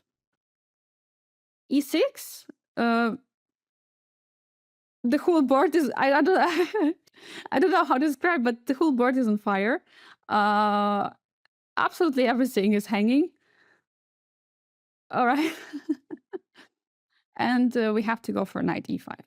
We're removing the knight from the attack. So if bishop is being taken, then we can take piece on d5 or b5. But now we're going with knight e5, because now we cannot really go with queen h4 check. So e takes f7, king f7. Now queen h5 check. It's also double attack, but we cannot really play knight. I mean, we cannot really go for knight g6. We play g6 ourselves. And the problem is that queen takes e5 fails to rook e8. So it's not really possible. Knight takes f4. Looks like a good move, taking back the pawn. But after rook e8, we are having enormous initiative. And our king is actually one step away from castling. So b takes a5. We have knight d3, winning the queen. King goes away. And here we're having a triple attack. In current position, the queen is for rook and 2 pieces, but we're going to win material and we're going to be definitely better in this endgame. Bishop e2 going all the way back. Now we can move finally our bishop, because no one can take our bishop, and also very nice diagonal controlling the f2 square. Queen h4 is also always an option. Again, as I said earlier, king is just one step away from the castling, and we are ready to create more problems for white. Knight takes f4 is another move, so instead of taking on f7 first. So now we are ready to castle. We are bringing our king into the safety. Okay, still 2 pieces are hanging, but in the next move, if white is not taking, we are ready to play something like knight bishop b6. And well, it's going to be great that the position will get open, the f-file is going to get open, and we have optimistic chances for an attack. So in case of queen h5, with a threat of e4, e6, sorry, which looks super logical, we have a very nice move. And we have to stop e6 in some way, and we're playing knight f8. So now e6 is not a move, and there are already threats finally to take some pieces. So b takes a5, we take the knight in this case, also targeting the bishop. Bishop goes away to e2, looks super logical, knight e6, also blockading this pawn. It's very nice blockading square. And at the same time, it's also defending a pawn on f4, which is very important. Knight f3, now h6, castle, and very important idea, g5. This idea of putting the pawns, okay, not always with the pawn on h6, but many times the pawn on g5 and the pawn on f4, is very typical pawn structure, and many times we're going to go for it because it's simply it's harming the development of white on the king side. White cannot really normally defend the pieces, and this pawn structure is just restricting white's play on the king side. So that's why it's very good to have it generally. We could even castle later after we kick the queen, obviously. We could even castle, and king could be also safe there because there is not much white actually can do about it. But also we could long castle, but we have to be sure, and we have to see later. But definitely next move could be targeting the pawn on the e5, targeting the queen and castling and developing the bishop from c8 to whatever, e6, f5. We'll see later. So what happens if immediately after the c6 ba5 happening, then we capture, I mean, we have to capture something. But there is one issue. If we take on d5, queen h5, castle, knight f3, and white is stabilizing with a pawn on e5. If we're taking on, oops, sorry. Wait, sorry. Okay. If we're taking on b5, then there is a d4, queen a5, c3, and here white is establishing very nice pawn structure.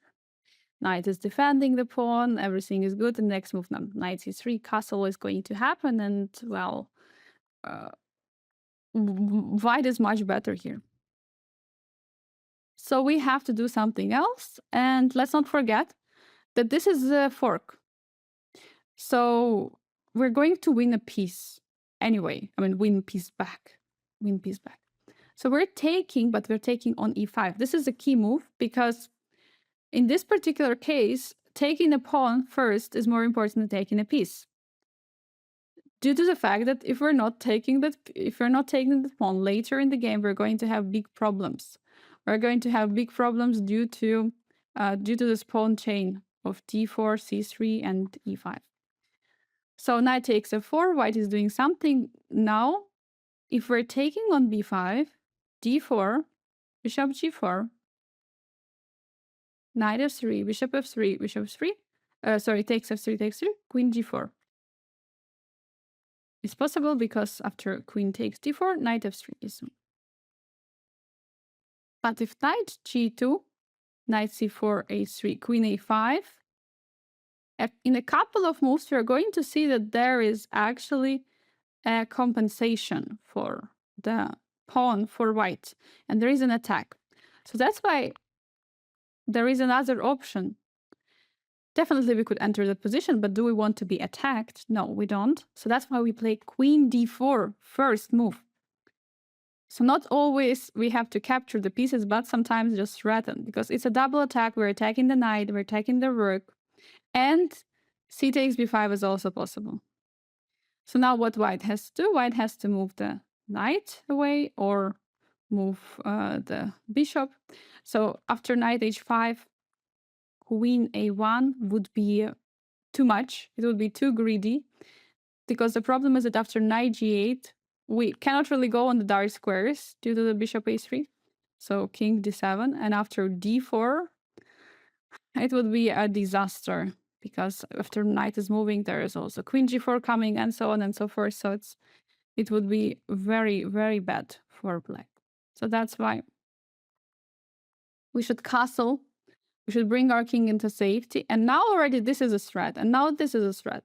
These are all the threats. So c3, attacking the queen, looks logical. We're giving a check. And also, I mean, in a way attacking. We're not really attacking, but in a way. So e3, g3. And now we have our typical idea of queen e4, attacking the king and the rook.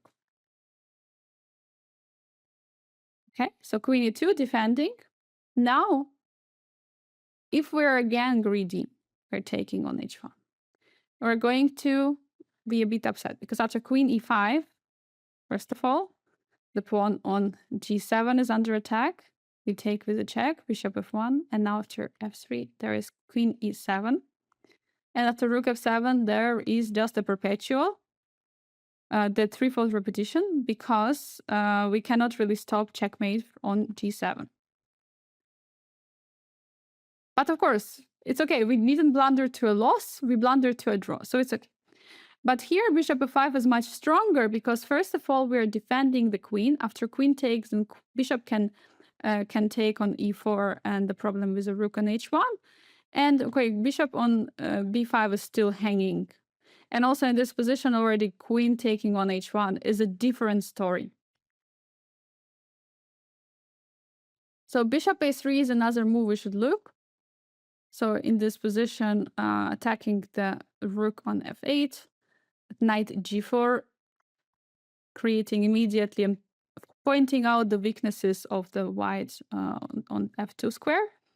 Knight h3, logically defending. Now we finally take the bishop. Bishop f8, queen e5, check. King has to go away. King goes to f1. And here we are taking finally. So we are actually down material due to all this bishop a3 business, but it's okay. It can happen. And well, we're ready to finish our development. King is still in the center for black. For white, the knights are also not so good working together.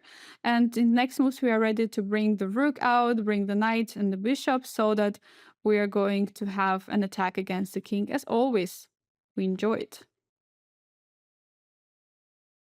So bishop a3 move before could be also a move, because first of all is defending the rook and also keeping the king in the center, not allowing the castle to happen. So we capture the knight on f4. Bishop goes back. Now bishop doesn't have to suffer. And now queen e4 attacking on the pawn on g2. So, and here d4, there is a tactical solution for white, because now if we're taking on g2, there's going to be a take on e5. And after capturing one more piece, queen d4, queen d5, there is a queen c3. And looking at this position, it feels like, oh, wait, but what happened? We're just up on exchange.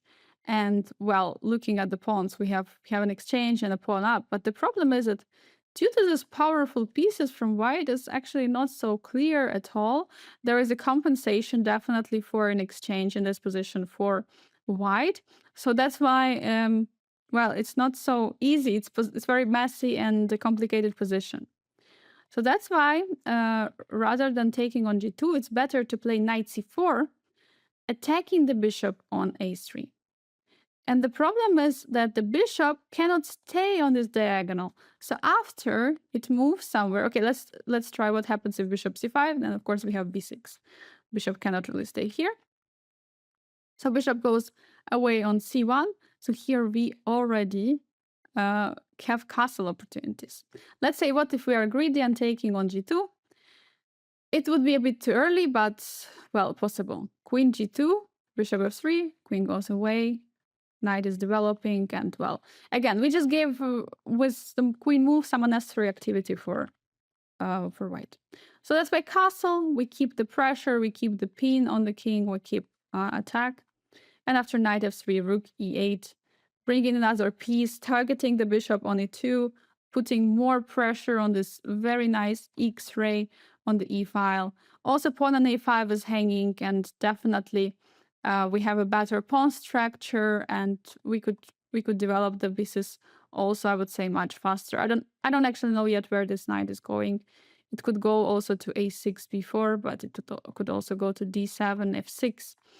So yeah, definitely great position for black.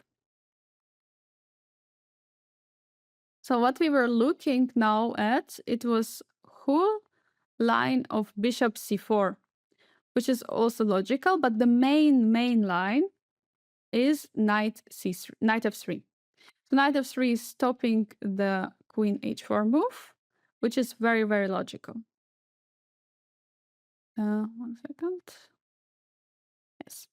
So so knight f3 is on the board. It's stopping queen h4, and in this case, there are quite a few options for black. Black can go for knight f6. For I mean, there are many options, and in this position, we're going for the bishop e7, which is called a Cunningham defense. This is looks like a very calm move and very modest one, but okay, we have a couple of ideas here. First of all, we are not yet closing this diagonal where queen potentially and bishop can both check on h4. So this is already a threat at some positions. We can go over with a bishop h4, giving a check. And well, secondly, the knight could also, I mean, the development of the knight could be a little bit postponed. And there could be also other squares available from the knight coming. So not only to h5. And yeah, the problem is that, yeah, after knight f6, we have to always also count with the e5 move. So bishop e7, so now white has to react on this move, and there are, of course, a few options there. So first move, which is physically stopping it, which is not good move, but physically stopping the idea of bishop h4, is the h4 itself.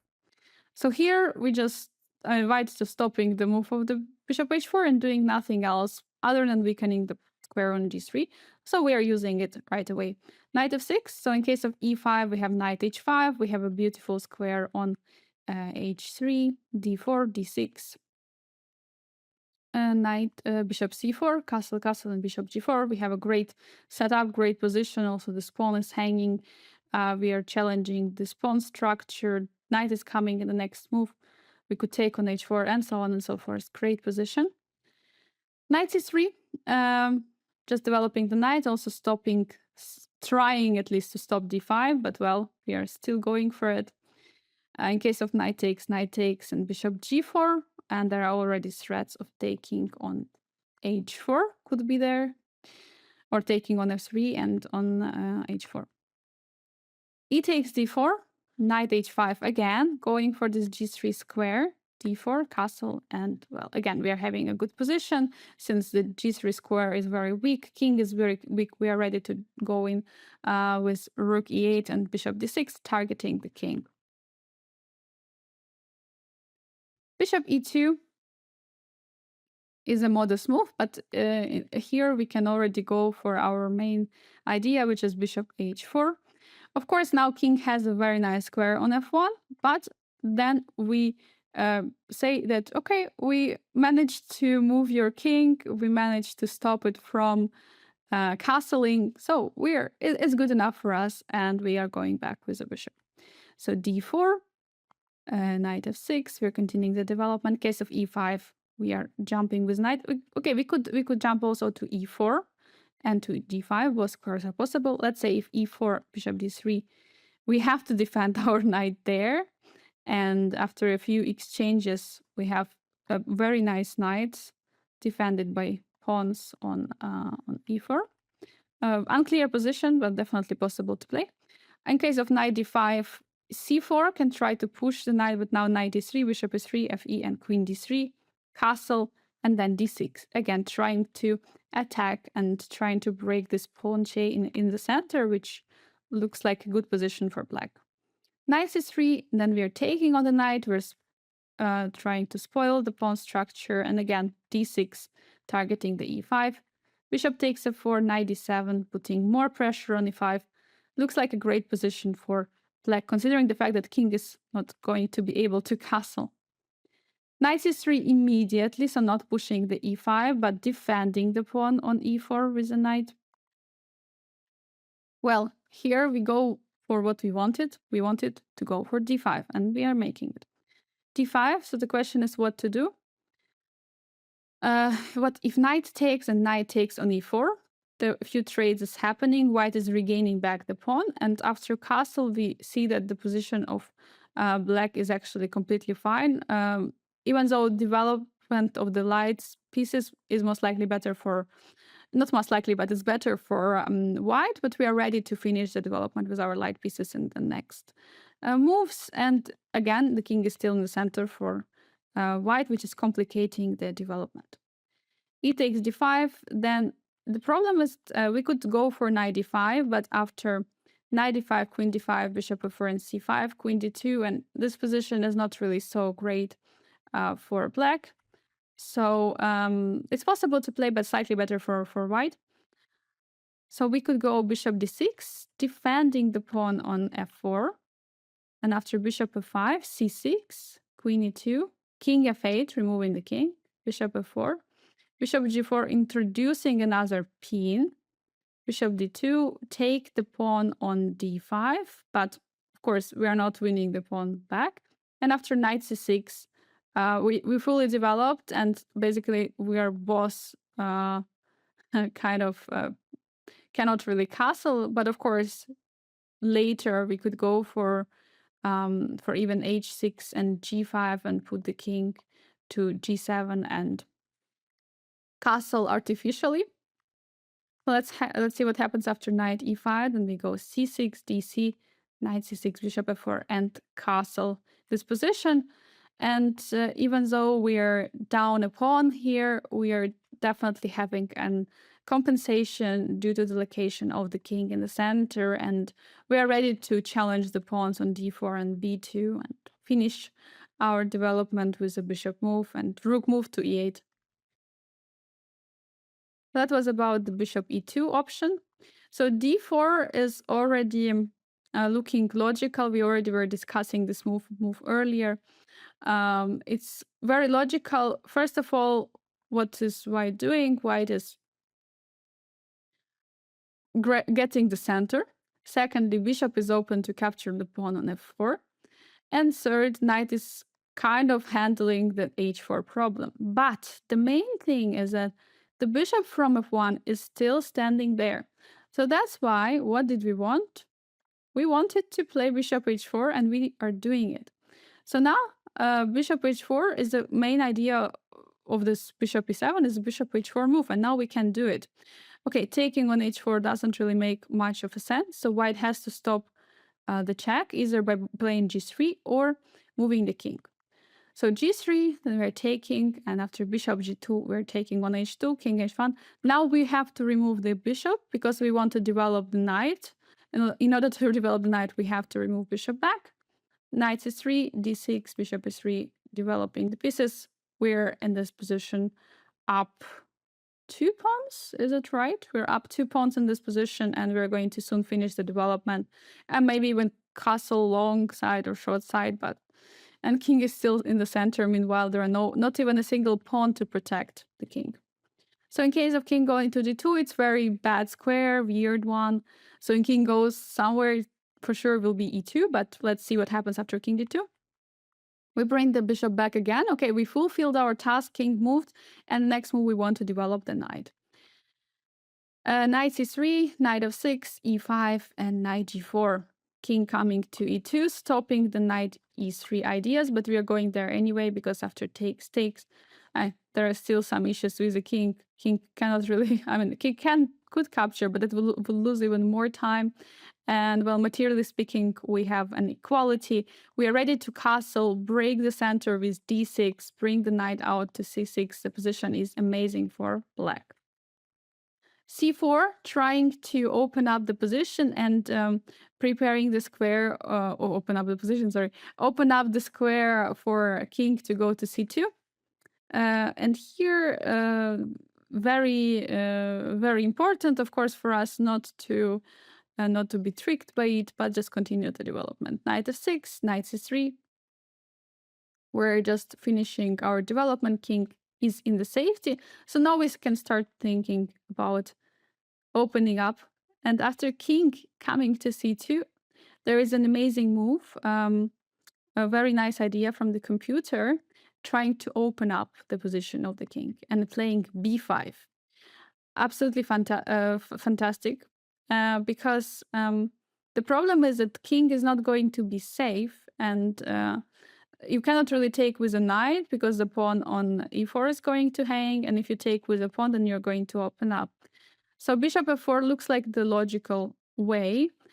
And now, if we would take on c4, the problem is that white is going d5 here, and it feels like white is closing the position and kind of gets the control. But not to allow for white to get control, we should play d5 ourselves. It's another absolutely amazing and stunning idea by computer. So here, in case of knight takes on d5, knight d5, cd, f5, we're breaking center again, pointing out that the king is still in the center and still can be attacked. This is absolutely amazing. And after e pawn takes on d5, then we are playing c6, breaking again, another break of the pawns, opening up everything. And the problem is that there is a huge pressure on white's pawn in the center. And the beautiful center, which was earlier with e4, d4, c4 feels like it's now falling apart.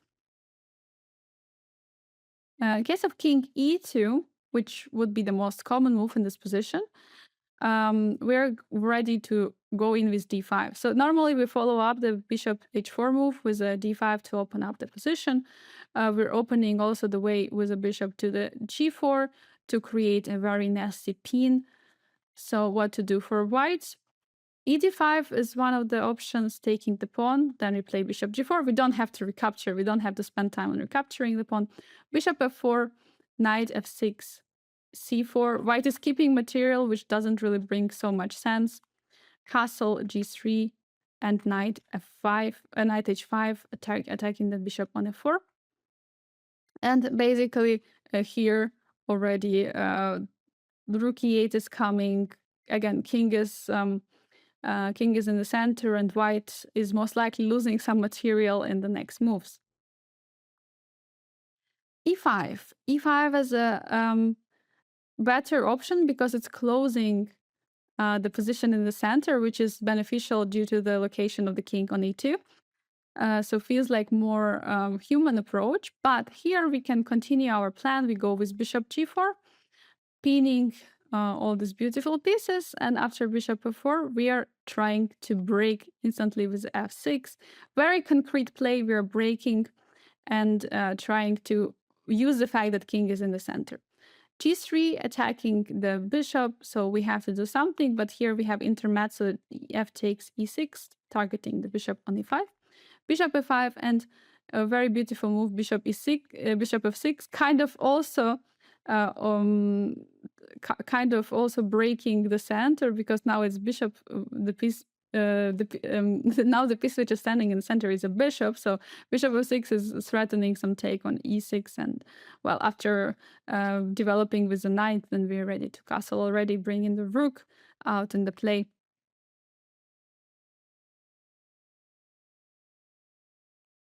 So it was the d4 move. So now we're coming to more common moves. Knight c3, we're starting with it. So white is saying that there is no d5 option, and if we cannot go for d5, white is saying, all right, there is no real bishop h4 trouble. But the thing is here that we are ready to go for it, because after bishop h4, king goes away.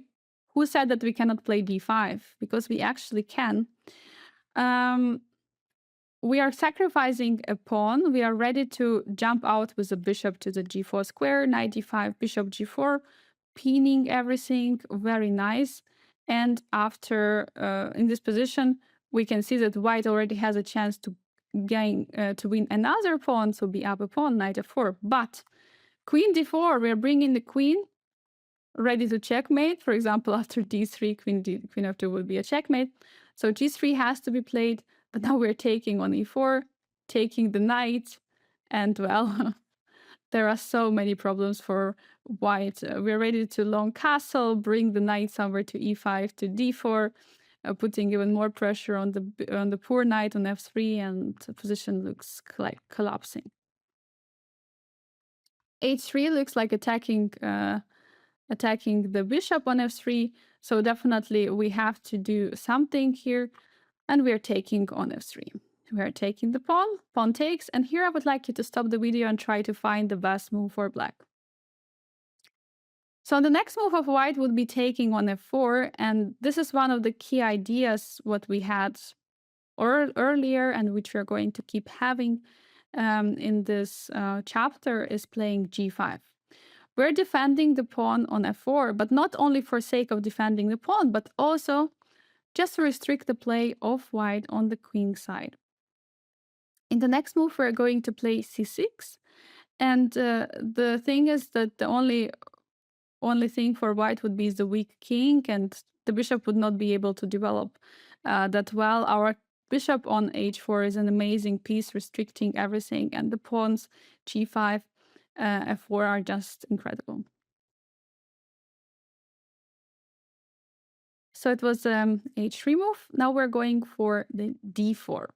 This is the most common move, which was played in the over-the-board games, but it is just too ambitious. The problem is that white has to try to stabilize the position, but d4 is a bit too ambitious because after knight f6, we are targeting the pawn, and white has to somehow react. So knight takes f6, queen f6, and here, if queen d2, we have a g5, similar idea, defending everything and just continuing our development, castling long side, putting more pressure on the king. But in case of c3, to stabilize the situation in the center, we have knight d7, queen d2, and g5 again. Again, similar position we are getting here. We are ready to long castle, bring the rook, keep an eye on the king, and target all the pawns in the center. So d3 is kind of the best move because it's immediately stabilizing the pawn structure, defending the pawn on e4, but definitely there are some drawbacks, and well, we're going to see what are those. We're starting with knight f6. First of all, even though we're not attacking the pawn on e5, we are targeting the knight on d5. It's also a threat to trade the pieces and win the pawn. So knight has to do something, and it's either taking the pawn or the knight on f6. Let's say knight f6, bishop f4, then bishop b2, we're capturing the pawn, and after rook b1, we have queen f6, targeting the bishop at the same time and defending the bishop on b2. We are ready to finish the development, and well, we're going to still have an attacking chances against white's king. If knight takes the pawn on f4, then we're going for another idea. We have an interesting option of the playing g5, attacking the knight immediately, because knight has to go all the way on a3, a bit awkward square. Knight c6, introducing idea of knight d4, bishop g5, knight g5, taking the pawn, and we have queen e7. So now we're ready to castle long, bring the rook to the g file, kick the knight out of the g5 square. We will have opportunities of knight jumping to d4, and so on and so forth. So definitely compensation that position. But we have another move, which is knight c6. We could bring the new piece to the position and create even more threats. So c3 looks like logical move, stopping the knight d4 ideas. So queen e7, we're putting more pressure on the e file and ready to castle long and bring the rook to the e file. So how the game could continue, for example, the g3, g5, targeting the knight, bishop h3. We have to take on f3, king takes gf, taking the bishop, exchange happened, knight e5. Of course, king doesn't want to capture a pawn to come so close to our pieces, and that would be a checkmate in a few moves. So I feel like king e2, rook d8, and well, eventually everything is going to fall apart due to the weak d3 square. And if the d pawn will move, then there is going to be a problem on the e4 square. So the position of white is just collapsing. So bishop e3 looks like a logical move, defending from the d4 jump. So here we are going with a g5, immediately attacking the knight. Knight has to go away, knight h3. Taking on f3 is also pretty important because after take we have a g4 idea. What we are doing, we are trying to get closer and closer and open up the king. So now knight goes to g1 and now queen e7. So we're not yet rushing with taking, but we have many ideas. We can bring the knight to e5, putting more pressure on f3, castle, try at some moment even playing something like f5, open up the position, defending the pawn on g4 with the pawn. And we can see that the whole king side is just standing by itself.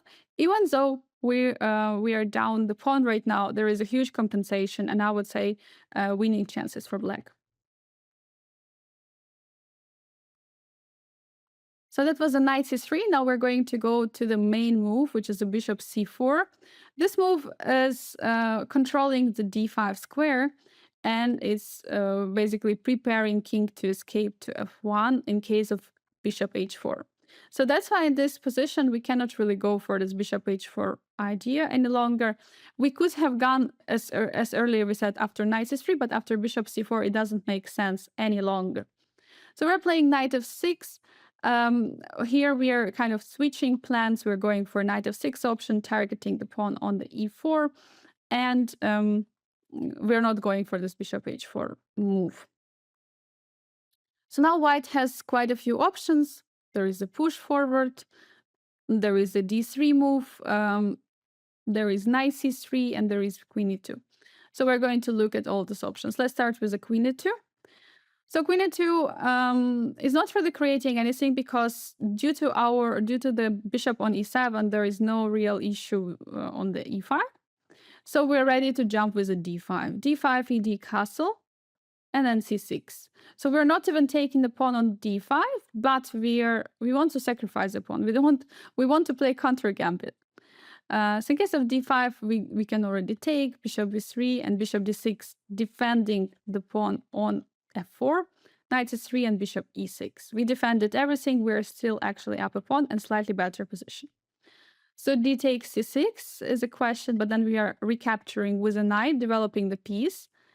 Knight c3, we're going with a rook to e8, creating some ideas already with jumping away with the bishop. King h1, bishop d6, also defending the pawn for a future. Queen f2, knight g4. Going all forward, queen h4, trading the queens. Let's not forget that we can do it. We are not afraid of trading queens. And knight d4, targeting the c2 pawn. Bishop d3, the only way to defend it. And after knight e5, white is having some difficulties and black is clearly better. c3, the main idea is, of course, to go first for the d4 and capturing the bishop on f4, capturing with the bishop on f4. Then we are going for knight a5, d4, trading, taking the bishop. We are having the bishop pair, very important. And after bishop d6, we are defending the pawn on f4. So we're not down material. We have a bishop pair advantage and good position generally, because it's very difficult for a white to develop the queen side. Let's look at the d3. With this move, white is first of all defending the pawn on e4, which looks very logical, and opening up the idea of taking on f4. But this move obviously again allows d5. And if we can play d5, we should go for it. So we go d5, ed, knight takes, and at the same time defending the pawn on f4, which is very important. So knight c3, in case knight is attacking the knight, we take it, bc, and knight c6. We are giving back the pawn, but after knight a5, bishop b3, we are winning the bishop pair advantage. And what we can do here, we can obviously just improve our space. Generally, we can go for the b5 and a4 ideas to create a passer. The bishop pair with open center is going to be a great material advantage. Bishop d5. So white is taking the pawn on d5. So queen takes and bishop takes on f4, g4. So now we went with the g5 move. We already were discussing that g5 generally could be played because it's very energetic move. It's very strong, and many times it's working out, especially when we haven't castled yet. So let's say if bishop e5 is being played, because it's a tempo, we have f6, bishop takes on c7, taking the pawn, g4. We're trying to basically ask all the pieces the question where they want to go. And now after f5, we are targeting the knight already. So queen e2, very logical move, trying to pin. But king d7, bishop g3, and now bishop takes h4 is already a move. And the problem is that rook e8 is coming, and big problems. All right, that was the bishop e5. If bishop c7 immediately, then it's going to lose again a lot of material, because after g4, knight has to go somewhere. Knight fd2 is going to drop a pawn on g2, rook f1, bishop h4, and the material is falling. Position is also collapsing. In case of bishop b8, gf, well, the bishop is hanging, the pawn is hanging, so also all the bishops can come into the position, so the position is awful. And in case of knight c3, targeting the queen, we have queen e6 intermezzo, and then we can take the knight on f3. And in case, of course, knight is jumping forward, then we most likely have the f6 or knight c6. I mean, we have definitely ideas. And okay, bishop h4 check, probably not, but yeah, f6 would be winning. Bishop g3 coming back on the g3 square. Okay, we are not changing our plans. We are playing g4. We are playing for the g2 idea. And well, if knight h4, then we are going to attack the knight with a queen coming back. And the problem right now is that the knight doesn't really have squares. In case of something like queen is e2, then we can move the king away or play bishop e6, because this is still a problem. Knight c3. Targeting the queen makes a lot of sense, but now we're playing queen e6 check, knight e5, trying to stop it, and now f6.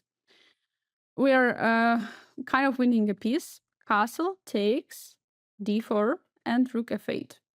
So here after take, knight a6, we can see that white is having a pawn for a piece, but due to the location of our king for now, there is enough compensation, but well, there is not enough compensation because in the next two moves we're going to play bishop d7 and castle. So if king would be always in the center, there for sure would be something. But the problem is, yeah, there is not much white can do to create an attack against our king.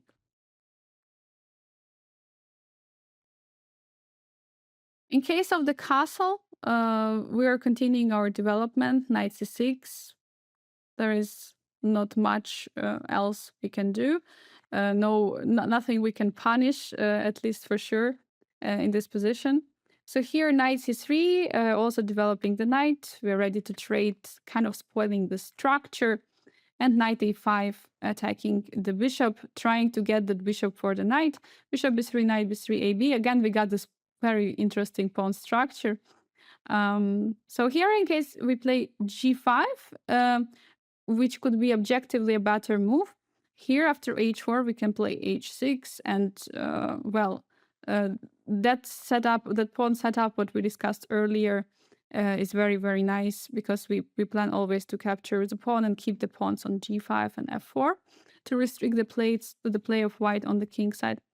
But the castle is probably a safer option, giving back the pawn, and after a5, we can always, try to push the pawns to create a passer on the a file. Also, we could bring the rook somewhere to g6 from the sixth rank. Very nice. And let's not forget that we have a bishop pair advantage.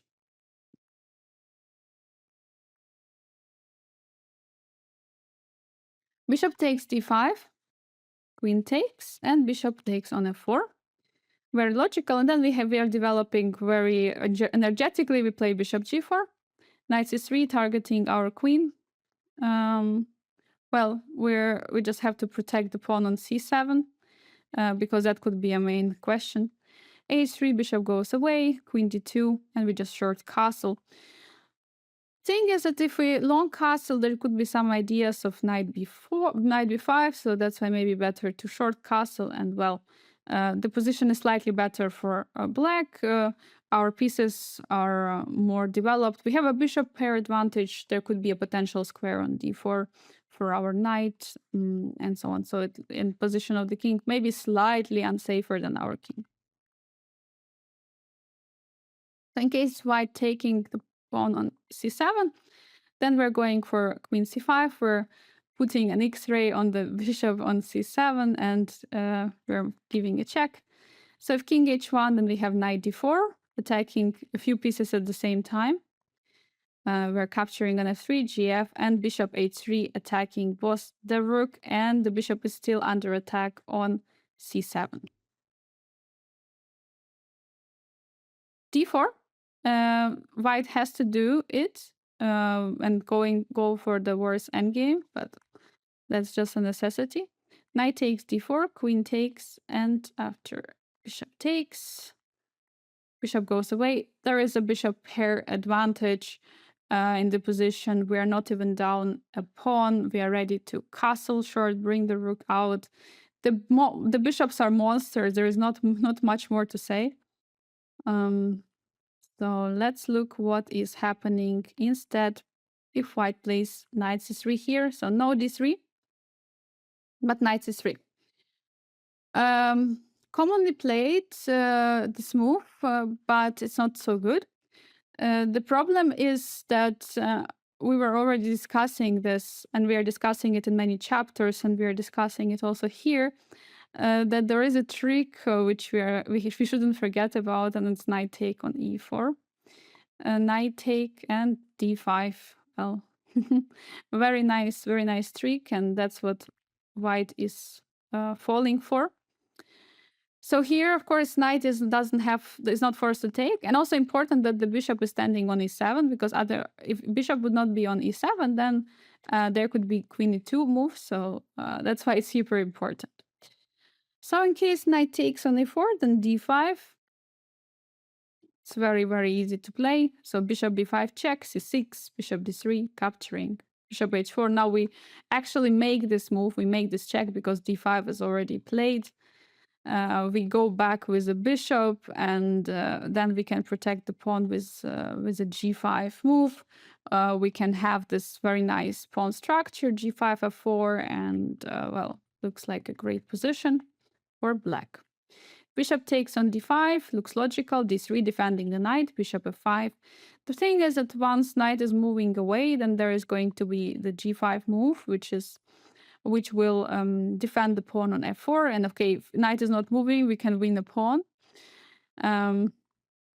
Other than that, if we're losing, or if white is winning back the pawn, it's still okay because we won a pawn. Now we will get back the pawn, but we are definitely the one who are dominating in this position due to our lead in development. Knight e5, a possible move. So the threat is to do something about the f7 square. So now knight g5, we're trying to defend it. In case of h4, there is d6 counterattack on the knight. And if d4 is played, you can play d6, and after knight e3, we have to we have two choices. We can either go for c6 d5 ideas, or we can play a very nice f3. If f3, bishop takes g5, we take on g2. It's a bit or a pretty sharp line. King f7, queen f3, king goes away, queen g2, and bishop f5. Castle, bishop s3, knight f2, bishop d4. Pretty sharp line. We're up a piece here, but we have an open position, open king. And in case here white takes on f3, then knight f3, bishop s3, and after castle, basically the position is already so amazing. King cannot castle, knight on h3 is a monster. So this is not much to explain, but there is, of course, the calmer version, going for c6, knight f4, and then d5, bishop d3, castle. If you don't want to go completely crazy, this is the option what you can choose, definitely. And well, your king is safe, everything is safe, position is great. So bishop f7 is something what white is doing the most of the time, because anyway we took a pawn on e4, so now white is trying to exploit the position of our king on f7, which makes a lot of sense. So of course the only move which we can do is to take on f7, knight e4. And here we are going rook f8. We already prepared to artificially castle with the king, at the same time also defending the pawn. After castle, king g8, we already castled the pawn.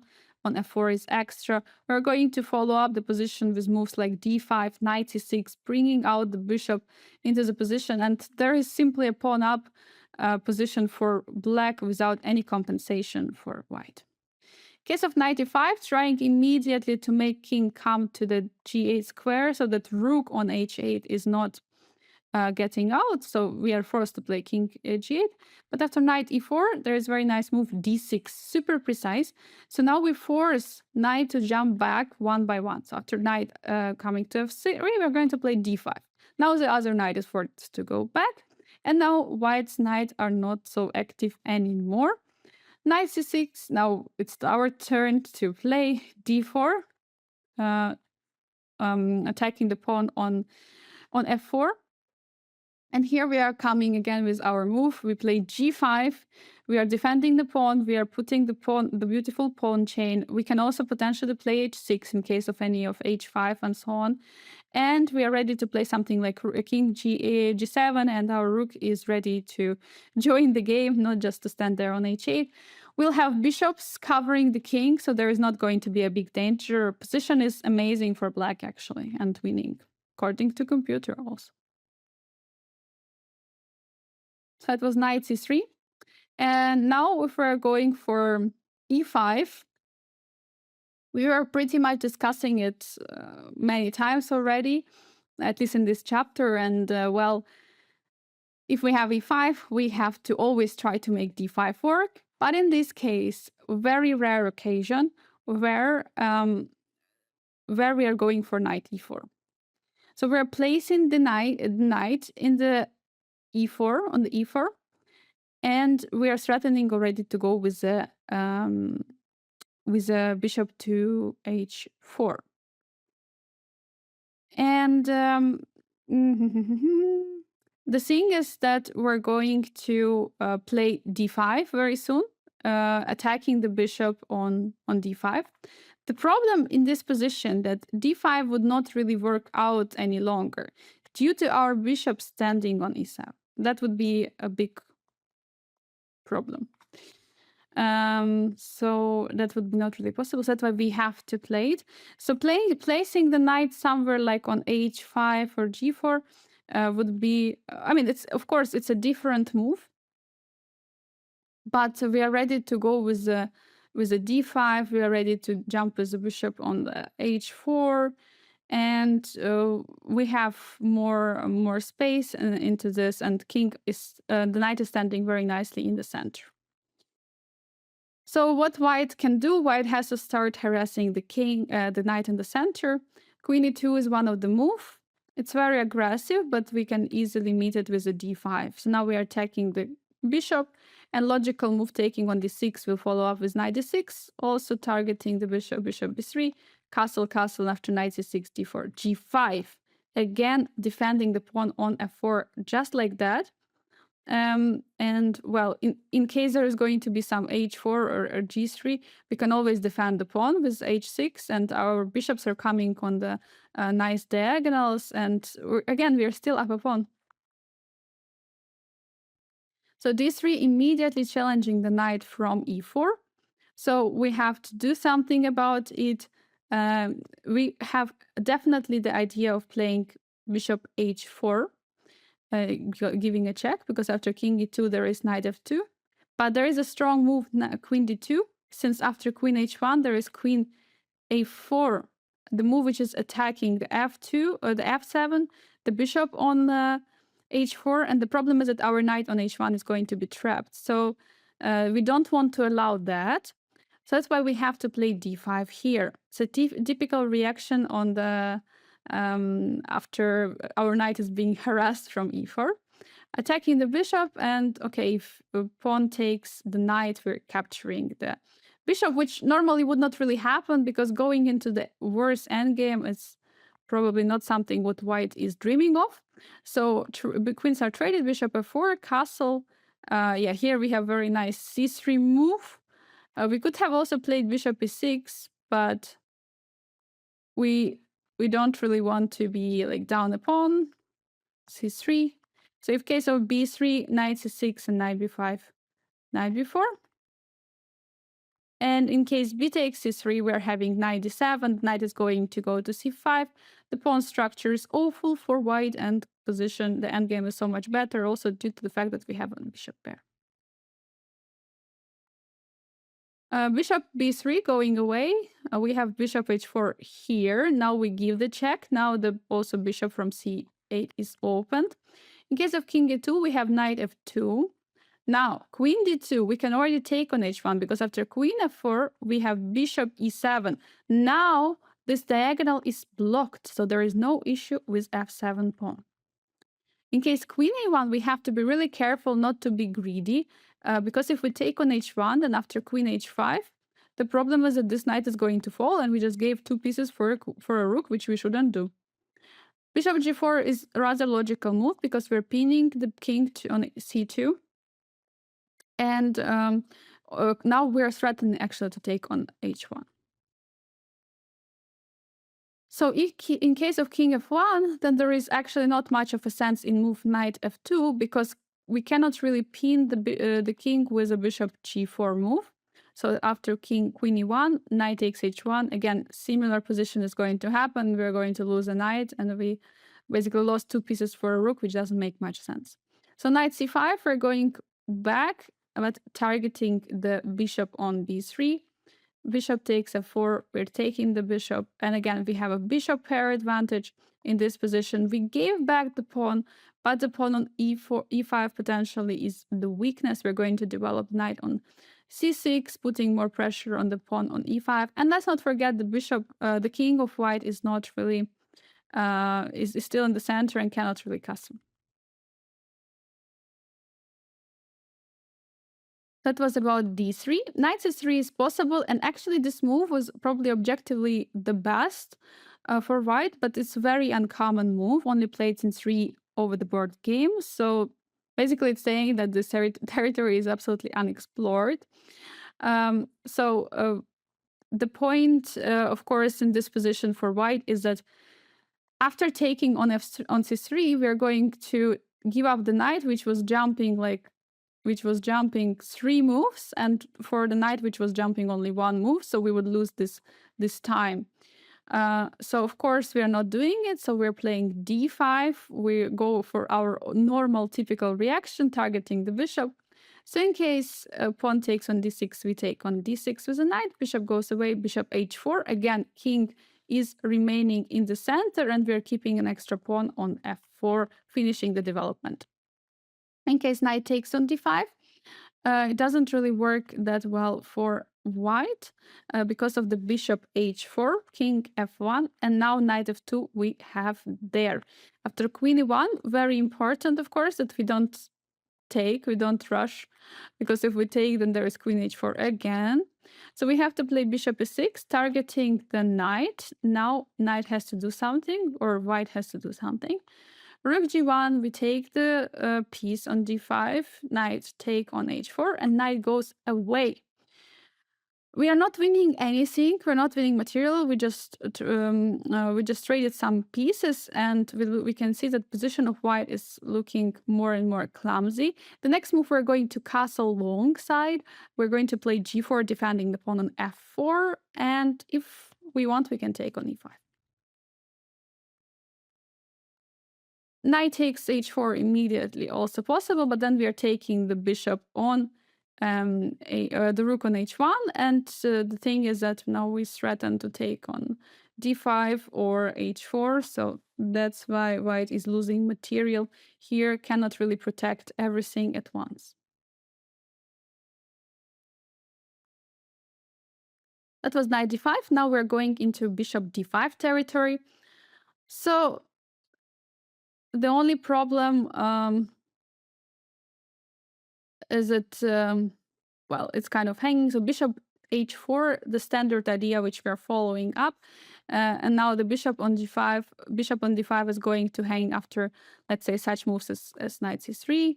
So, oops. Yeah. So bishop h4 check, standard idea. We're keeping the king in the center. G3, we're going just to take, and after castle, we're having knight f2, very nice move. Bishop f7, so white is trying to create some chaos. We are capturing on h2, king takes on f2. There is a check, king goes to e8, and well, we want some material, and we managed to keep the king also in the center. Our king is in the center, but it's behind this very beautiful pawn on b5. In case of queen e2, well, then we have a check on h3, knight f4, attacking the queen. If bishop takes, sacrificing the queen, we have sacrificing a bishop. We have to be really careful, because after king takes f8, then there is knight h4, queen h4, and d4. And then we're actually losing here, because rook f4 is unstoppable. So we have to play king f8 after bishop h5. Now we're taking a queen. Knight is taking, it's a check. We go king e7, knight e2, and rook f8. So looking at the material, again, material-wise, the position of white is better, but looking at all pieces, we're going to trade the only rook which is defending the king. We're going to trade the pieces, and we will be able to create a strong attack on the king. So queen b5 check is another option. Then if we play c6, the problem is that after bishop f8, we kind of can take, but the problem is that our position is much worse. And also after king f8 and queen b4, we are even losing. So bishop d7 we must play in this position. We cannot play c6, and after bishop f7, king f7, queen c4, then we have king e8, queen f4. But it's a different story because here we have rook f8, and after queen e3, bishop h3 is the move, and we are keeping the attack. So that was a g3 move, which was not really played, but was interesting to look quickly into. So king e2, after king e2, knight f2, we're having a fork, queen e1. Again, we cannot really take on h1. So bishop g4, we have to play it. We have to create a very unpleasant pin. In case of bishop e7, bishop b7, to take the rook on a8, of course, white is going to capture that material, but there are going to be a problem on the light squares. So knight d7, bishop takes, queen a8, and rook f1, removing rook from the attack.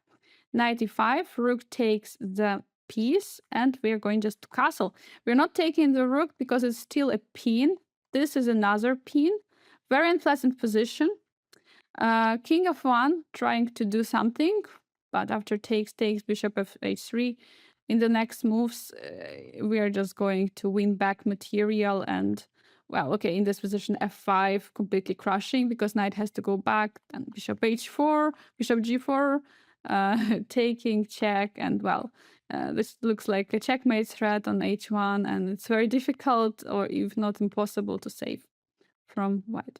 So d3, then we have bishop g2, and again, we are entering the position where we have queen for rook and the bishop, where definitely queen is so much better. All right, that was the bishop b7 move. In case of g3 in this position, then we're just capturing on h3, on g3, sorry, bishop g3 and rook g1. Then it's not really good, of course, because of the vulnerability of the bishops and this nice pin. So we cannot really take, but we have to take the rook in this position. We don't take on g3, but we take knight h1, gh4, and we play c6. We will lose knight on h1, so materially speaking, it's not going to be in our favor. So we have to find a way to find the play against the king, against the position of white generally. Guess bishop b3, queen d4, queen h1, knight d7. We're coming with the next move, knight e5, using the fact from this pin position looks amazing. With bishop e4, we're castling queen h1, f5. We are going forward, opening up the file. If bishop d3, we have b5, and, well, the pieces are looking very awkward, and our even though materially speaking we are not doing better than white, but due to all the pieces standing on the queen side, we are doing better. So if e takes f6, we are placing knight d2, knight d7. We are not even taking on f6. We're ready to jump with the knight to c5, beautiful square, or f6. And after d3, we have knight f6 targeting the bishop. In case of fg happens, then we are playing rook f7. Huge attack happening right now on white, and next moves we're going to even have rook from a8 joining the game. So that was about the king e2. In case of king f1, which looks maybe more natural, also not to allow this idea of the pin on g4 with the bishop. Here is very important. Knight f2 is again not really working because of the knight f2, queen e1, knight h1. Again, we are going to lose the material. So knight c3. Now we have to go for it. Now queen is not protected on d1, so we can go for this. Pawn takes and c6. So now bishop cannot really go away because queen is undefended. Knight h4, pawn takes, and knight f3. Now we traded the bishops in that way. So here, if we play g5, the problem is it would be a huge mistake in this position because h4 would be played, and it cannot be followed up by h6 due to the lack of protection of the rook on h8. It's a completely different position to where we played the g5. So it's not really possible. So here we must play knight c6, improving the piece and also finishing the development. We will get the compensation for the missing pawn because of our safe king and better structure. So it's okay. We can give up the pawn on b4, on f4. Sorry. Bishop takes f4, castle, king f2, and bishop f5. Again, we have a compensation for a pawn. We have better development. The king is in the center for white. So there are many good things in our position which compensate that pawn. So that was about knight c3. In case of bishop d5, which is looks very weird move because normally it's not where bishop stands because, okay, there could be some c6, d4 ideas, d5 ideas. But in this particular case, the bishop is stopping the d5 idea and attacking the knight on e4 at the same time. Very interesting move. So here we have to ready to figure out what we should do. The problem is with bishop h4 is that after king f1, knight f2, we don't really have any longer this d5 idea, and it's pretty upsetting that we don't have it.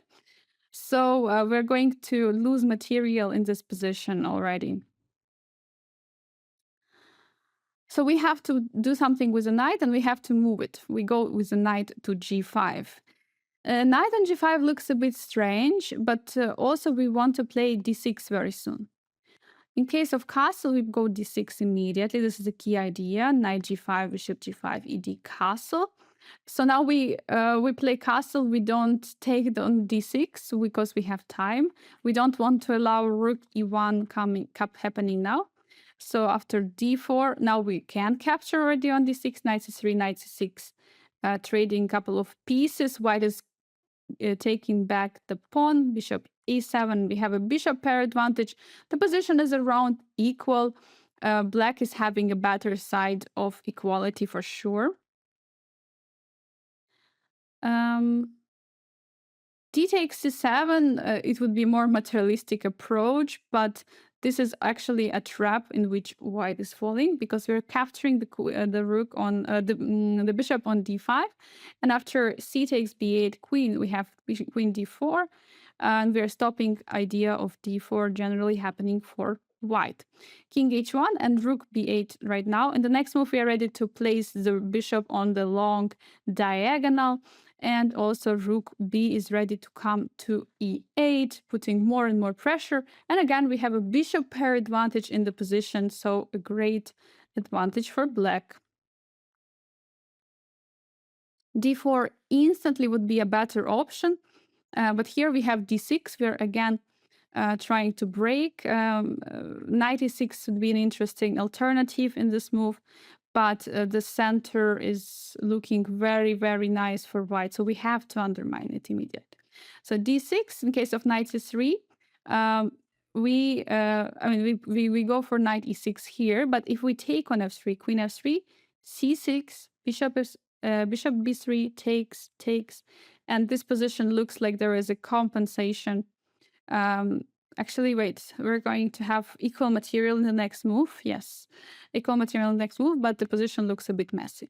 So it's better to play knight e6, castle, castle, ed6, bishop d6. Knight is jumping to e4, trading a couple of pieces, and after queen g6, we are reaching kind of equal position. We are ready to finish our development with the knight. Not much to say because there is not much an attack against the white's king, but also there is no attack against our king. So around equal position and, well, chances for both sides. So in case bishop takes f4 immediately, then we take on e5, pawn takes, and c6. We are forcing going into the end game. Bishop takes f6. White is winning a pawn for time being. After knight c6, queen b8 takes, and we capture the pawn on e5. So now we won back the pawn. We are ready to play f6, challenging the knight from g5. Then bishop comes to d7, c6, and we are ready to long castle. Probably we would have some better edge in the position due to the fact that we have a bishop, and generally with the pawns on the both side of the board, it's better to have a bishop in such endgames. That was bishop d5, and let's look at the main move. Castle This is the main move, but it's actually not really preferable for the engine. So here we are ready to go with a d5. We are getting control in the center with the tempo, our typical idea. If bishop goes away, it solves the problem with the c5 knight, because we can just take the bishop and we can keep extra pawn with a g5 move. So here after d4 we take, and we play g4, g5. We get this position. In case of h4, there's going to be h6 supporting the pawns, so it's going to be a great position, and we're keeping a pawn. Bishop e2, pretty passive for the player who is playing King's Gambit. We play c6. We're ready to jump with the queen all the way to b6, challenging the king. And here, in case king h1, we have g5, defending the pawn potentially. After d3, king knight c5. The pawn is already defended. Knight d4, and okay, here knight e4 is a move. Still slightly better for black, but knight e6 is better because after c4 we can go for knight g7, and after knight c3, bishop e6. We're defending everything on d5. Our knight is ready to jump somewhere on f5 and so on.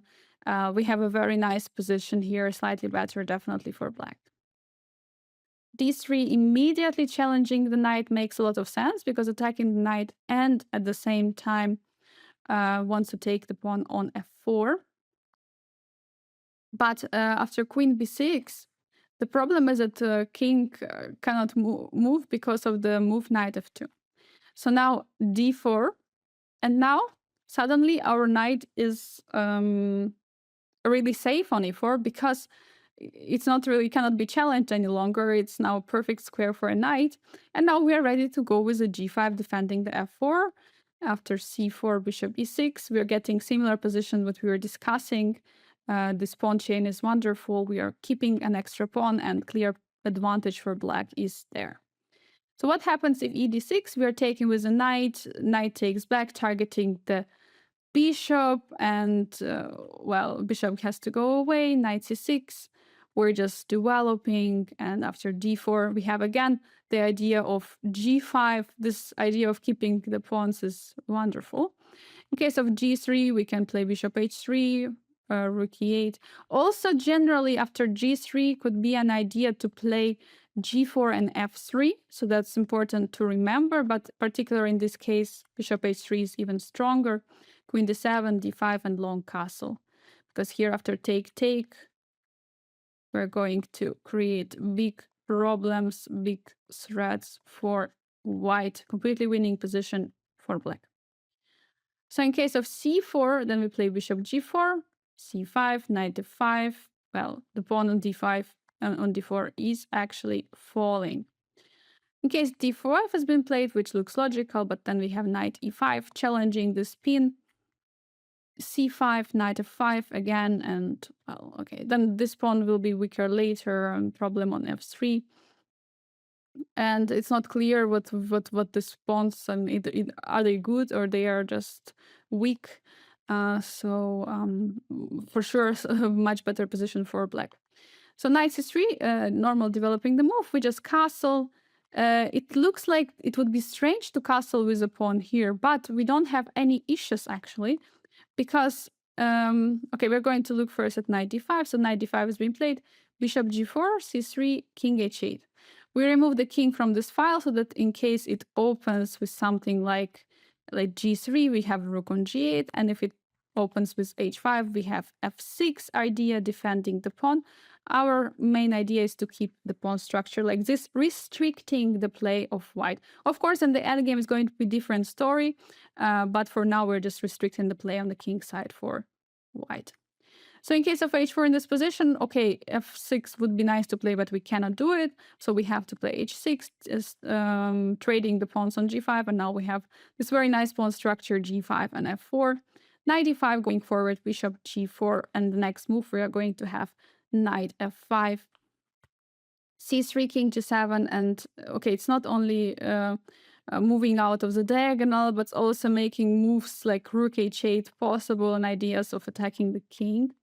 So if queen e1, bishop f5, knight takes, knight knight g5, looks like we just blundered the pawn, but actually after knight g6, knight f3, bishop d3, it's white who blundered an exchange. So we're winning an exchange and getting a much better position.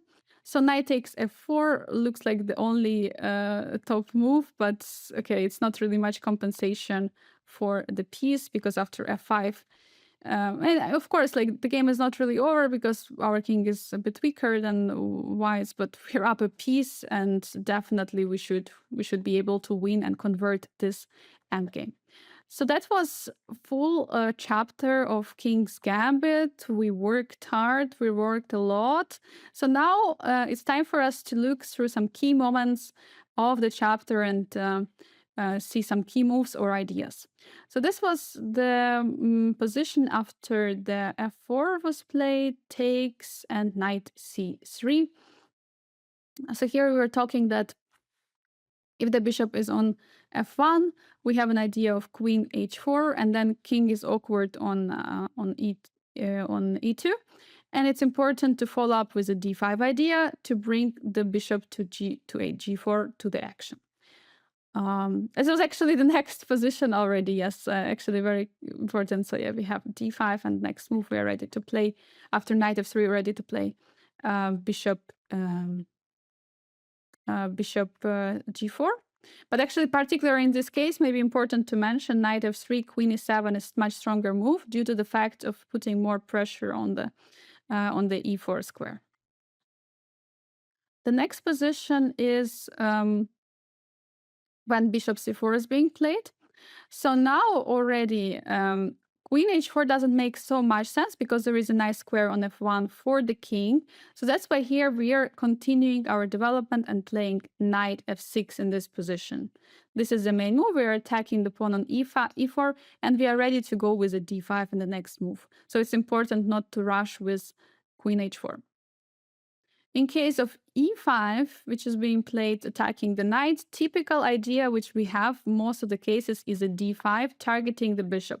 Be careful, if the bishop is standing on e7, we cannot do it because there is going to be an attack on the bishop, and tactically wouldn't really work. The next position is with the knight g coming to e2.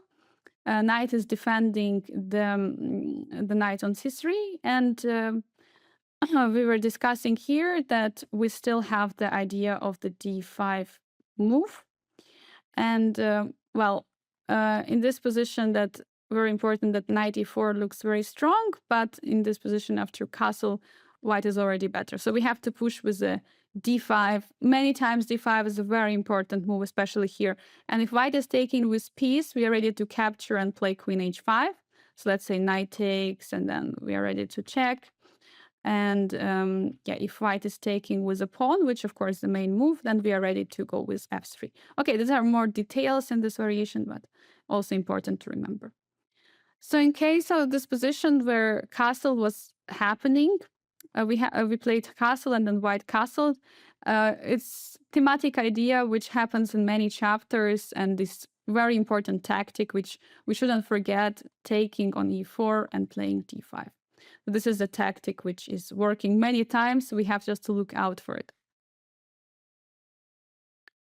And the next position is when d4 has been played with the idea of taking on the f4 with a bishop. So the problem here is that white is not developing the bishop from f1, so that's why playing move like bishop h4 makes a lot of sense, since king has to go to the awkward spaces and not on f1. So it's important to remember when we can play bishop of h4 and when we rather should not play bishop h4. So in this position, after bishop h4 is being played, king goes to e2, and here we definitely have the d5 move. We have to play it even though it looks like we cannot, but we sacrifice a pawn to bring out the bishop. And also later we can win the pawn back, definitely. It's not really a problem. We are happy to create an activity and attack against the king. So next position is where we have this e5, where we cannot play d5, knight jumps to e4. And d3 is being played attacking the knight. So here we are having, again, another idea of d5, attacking the bishop, and after pawn takes, Oh, sorry. After, yeah, I wanted to say that in case pawn takes on d6, then we have knight takes. But okay, also possible that bishop goes away. Then we have very nice bishop h4 idea. So the point of this whole trick with the d5 is that there is no more problem with the f7 square. And last position is when we had d4 played in the main line. So now white is ready to capture the pawn on f4. And here we shouldn't be scared to play a move as g5. G5 is many times is a move in our chapter, and this is not an exception. We are defending a pawn on f4, even though we are ready even to castle on this short. We're not afraid, because with these pawns we're restricting the whole play of white. And if white is going to push some pawns, we're going to defend. Like after h4 we'll play h6 to defend, and in case of g3, okay, after castle we can bring the rook to g8, or it will be rather like this.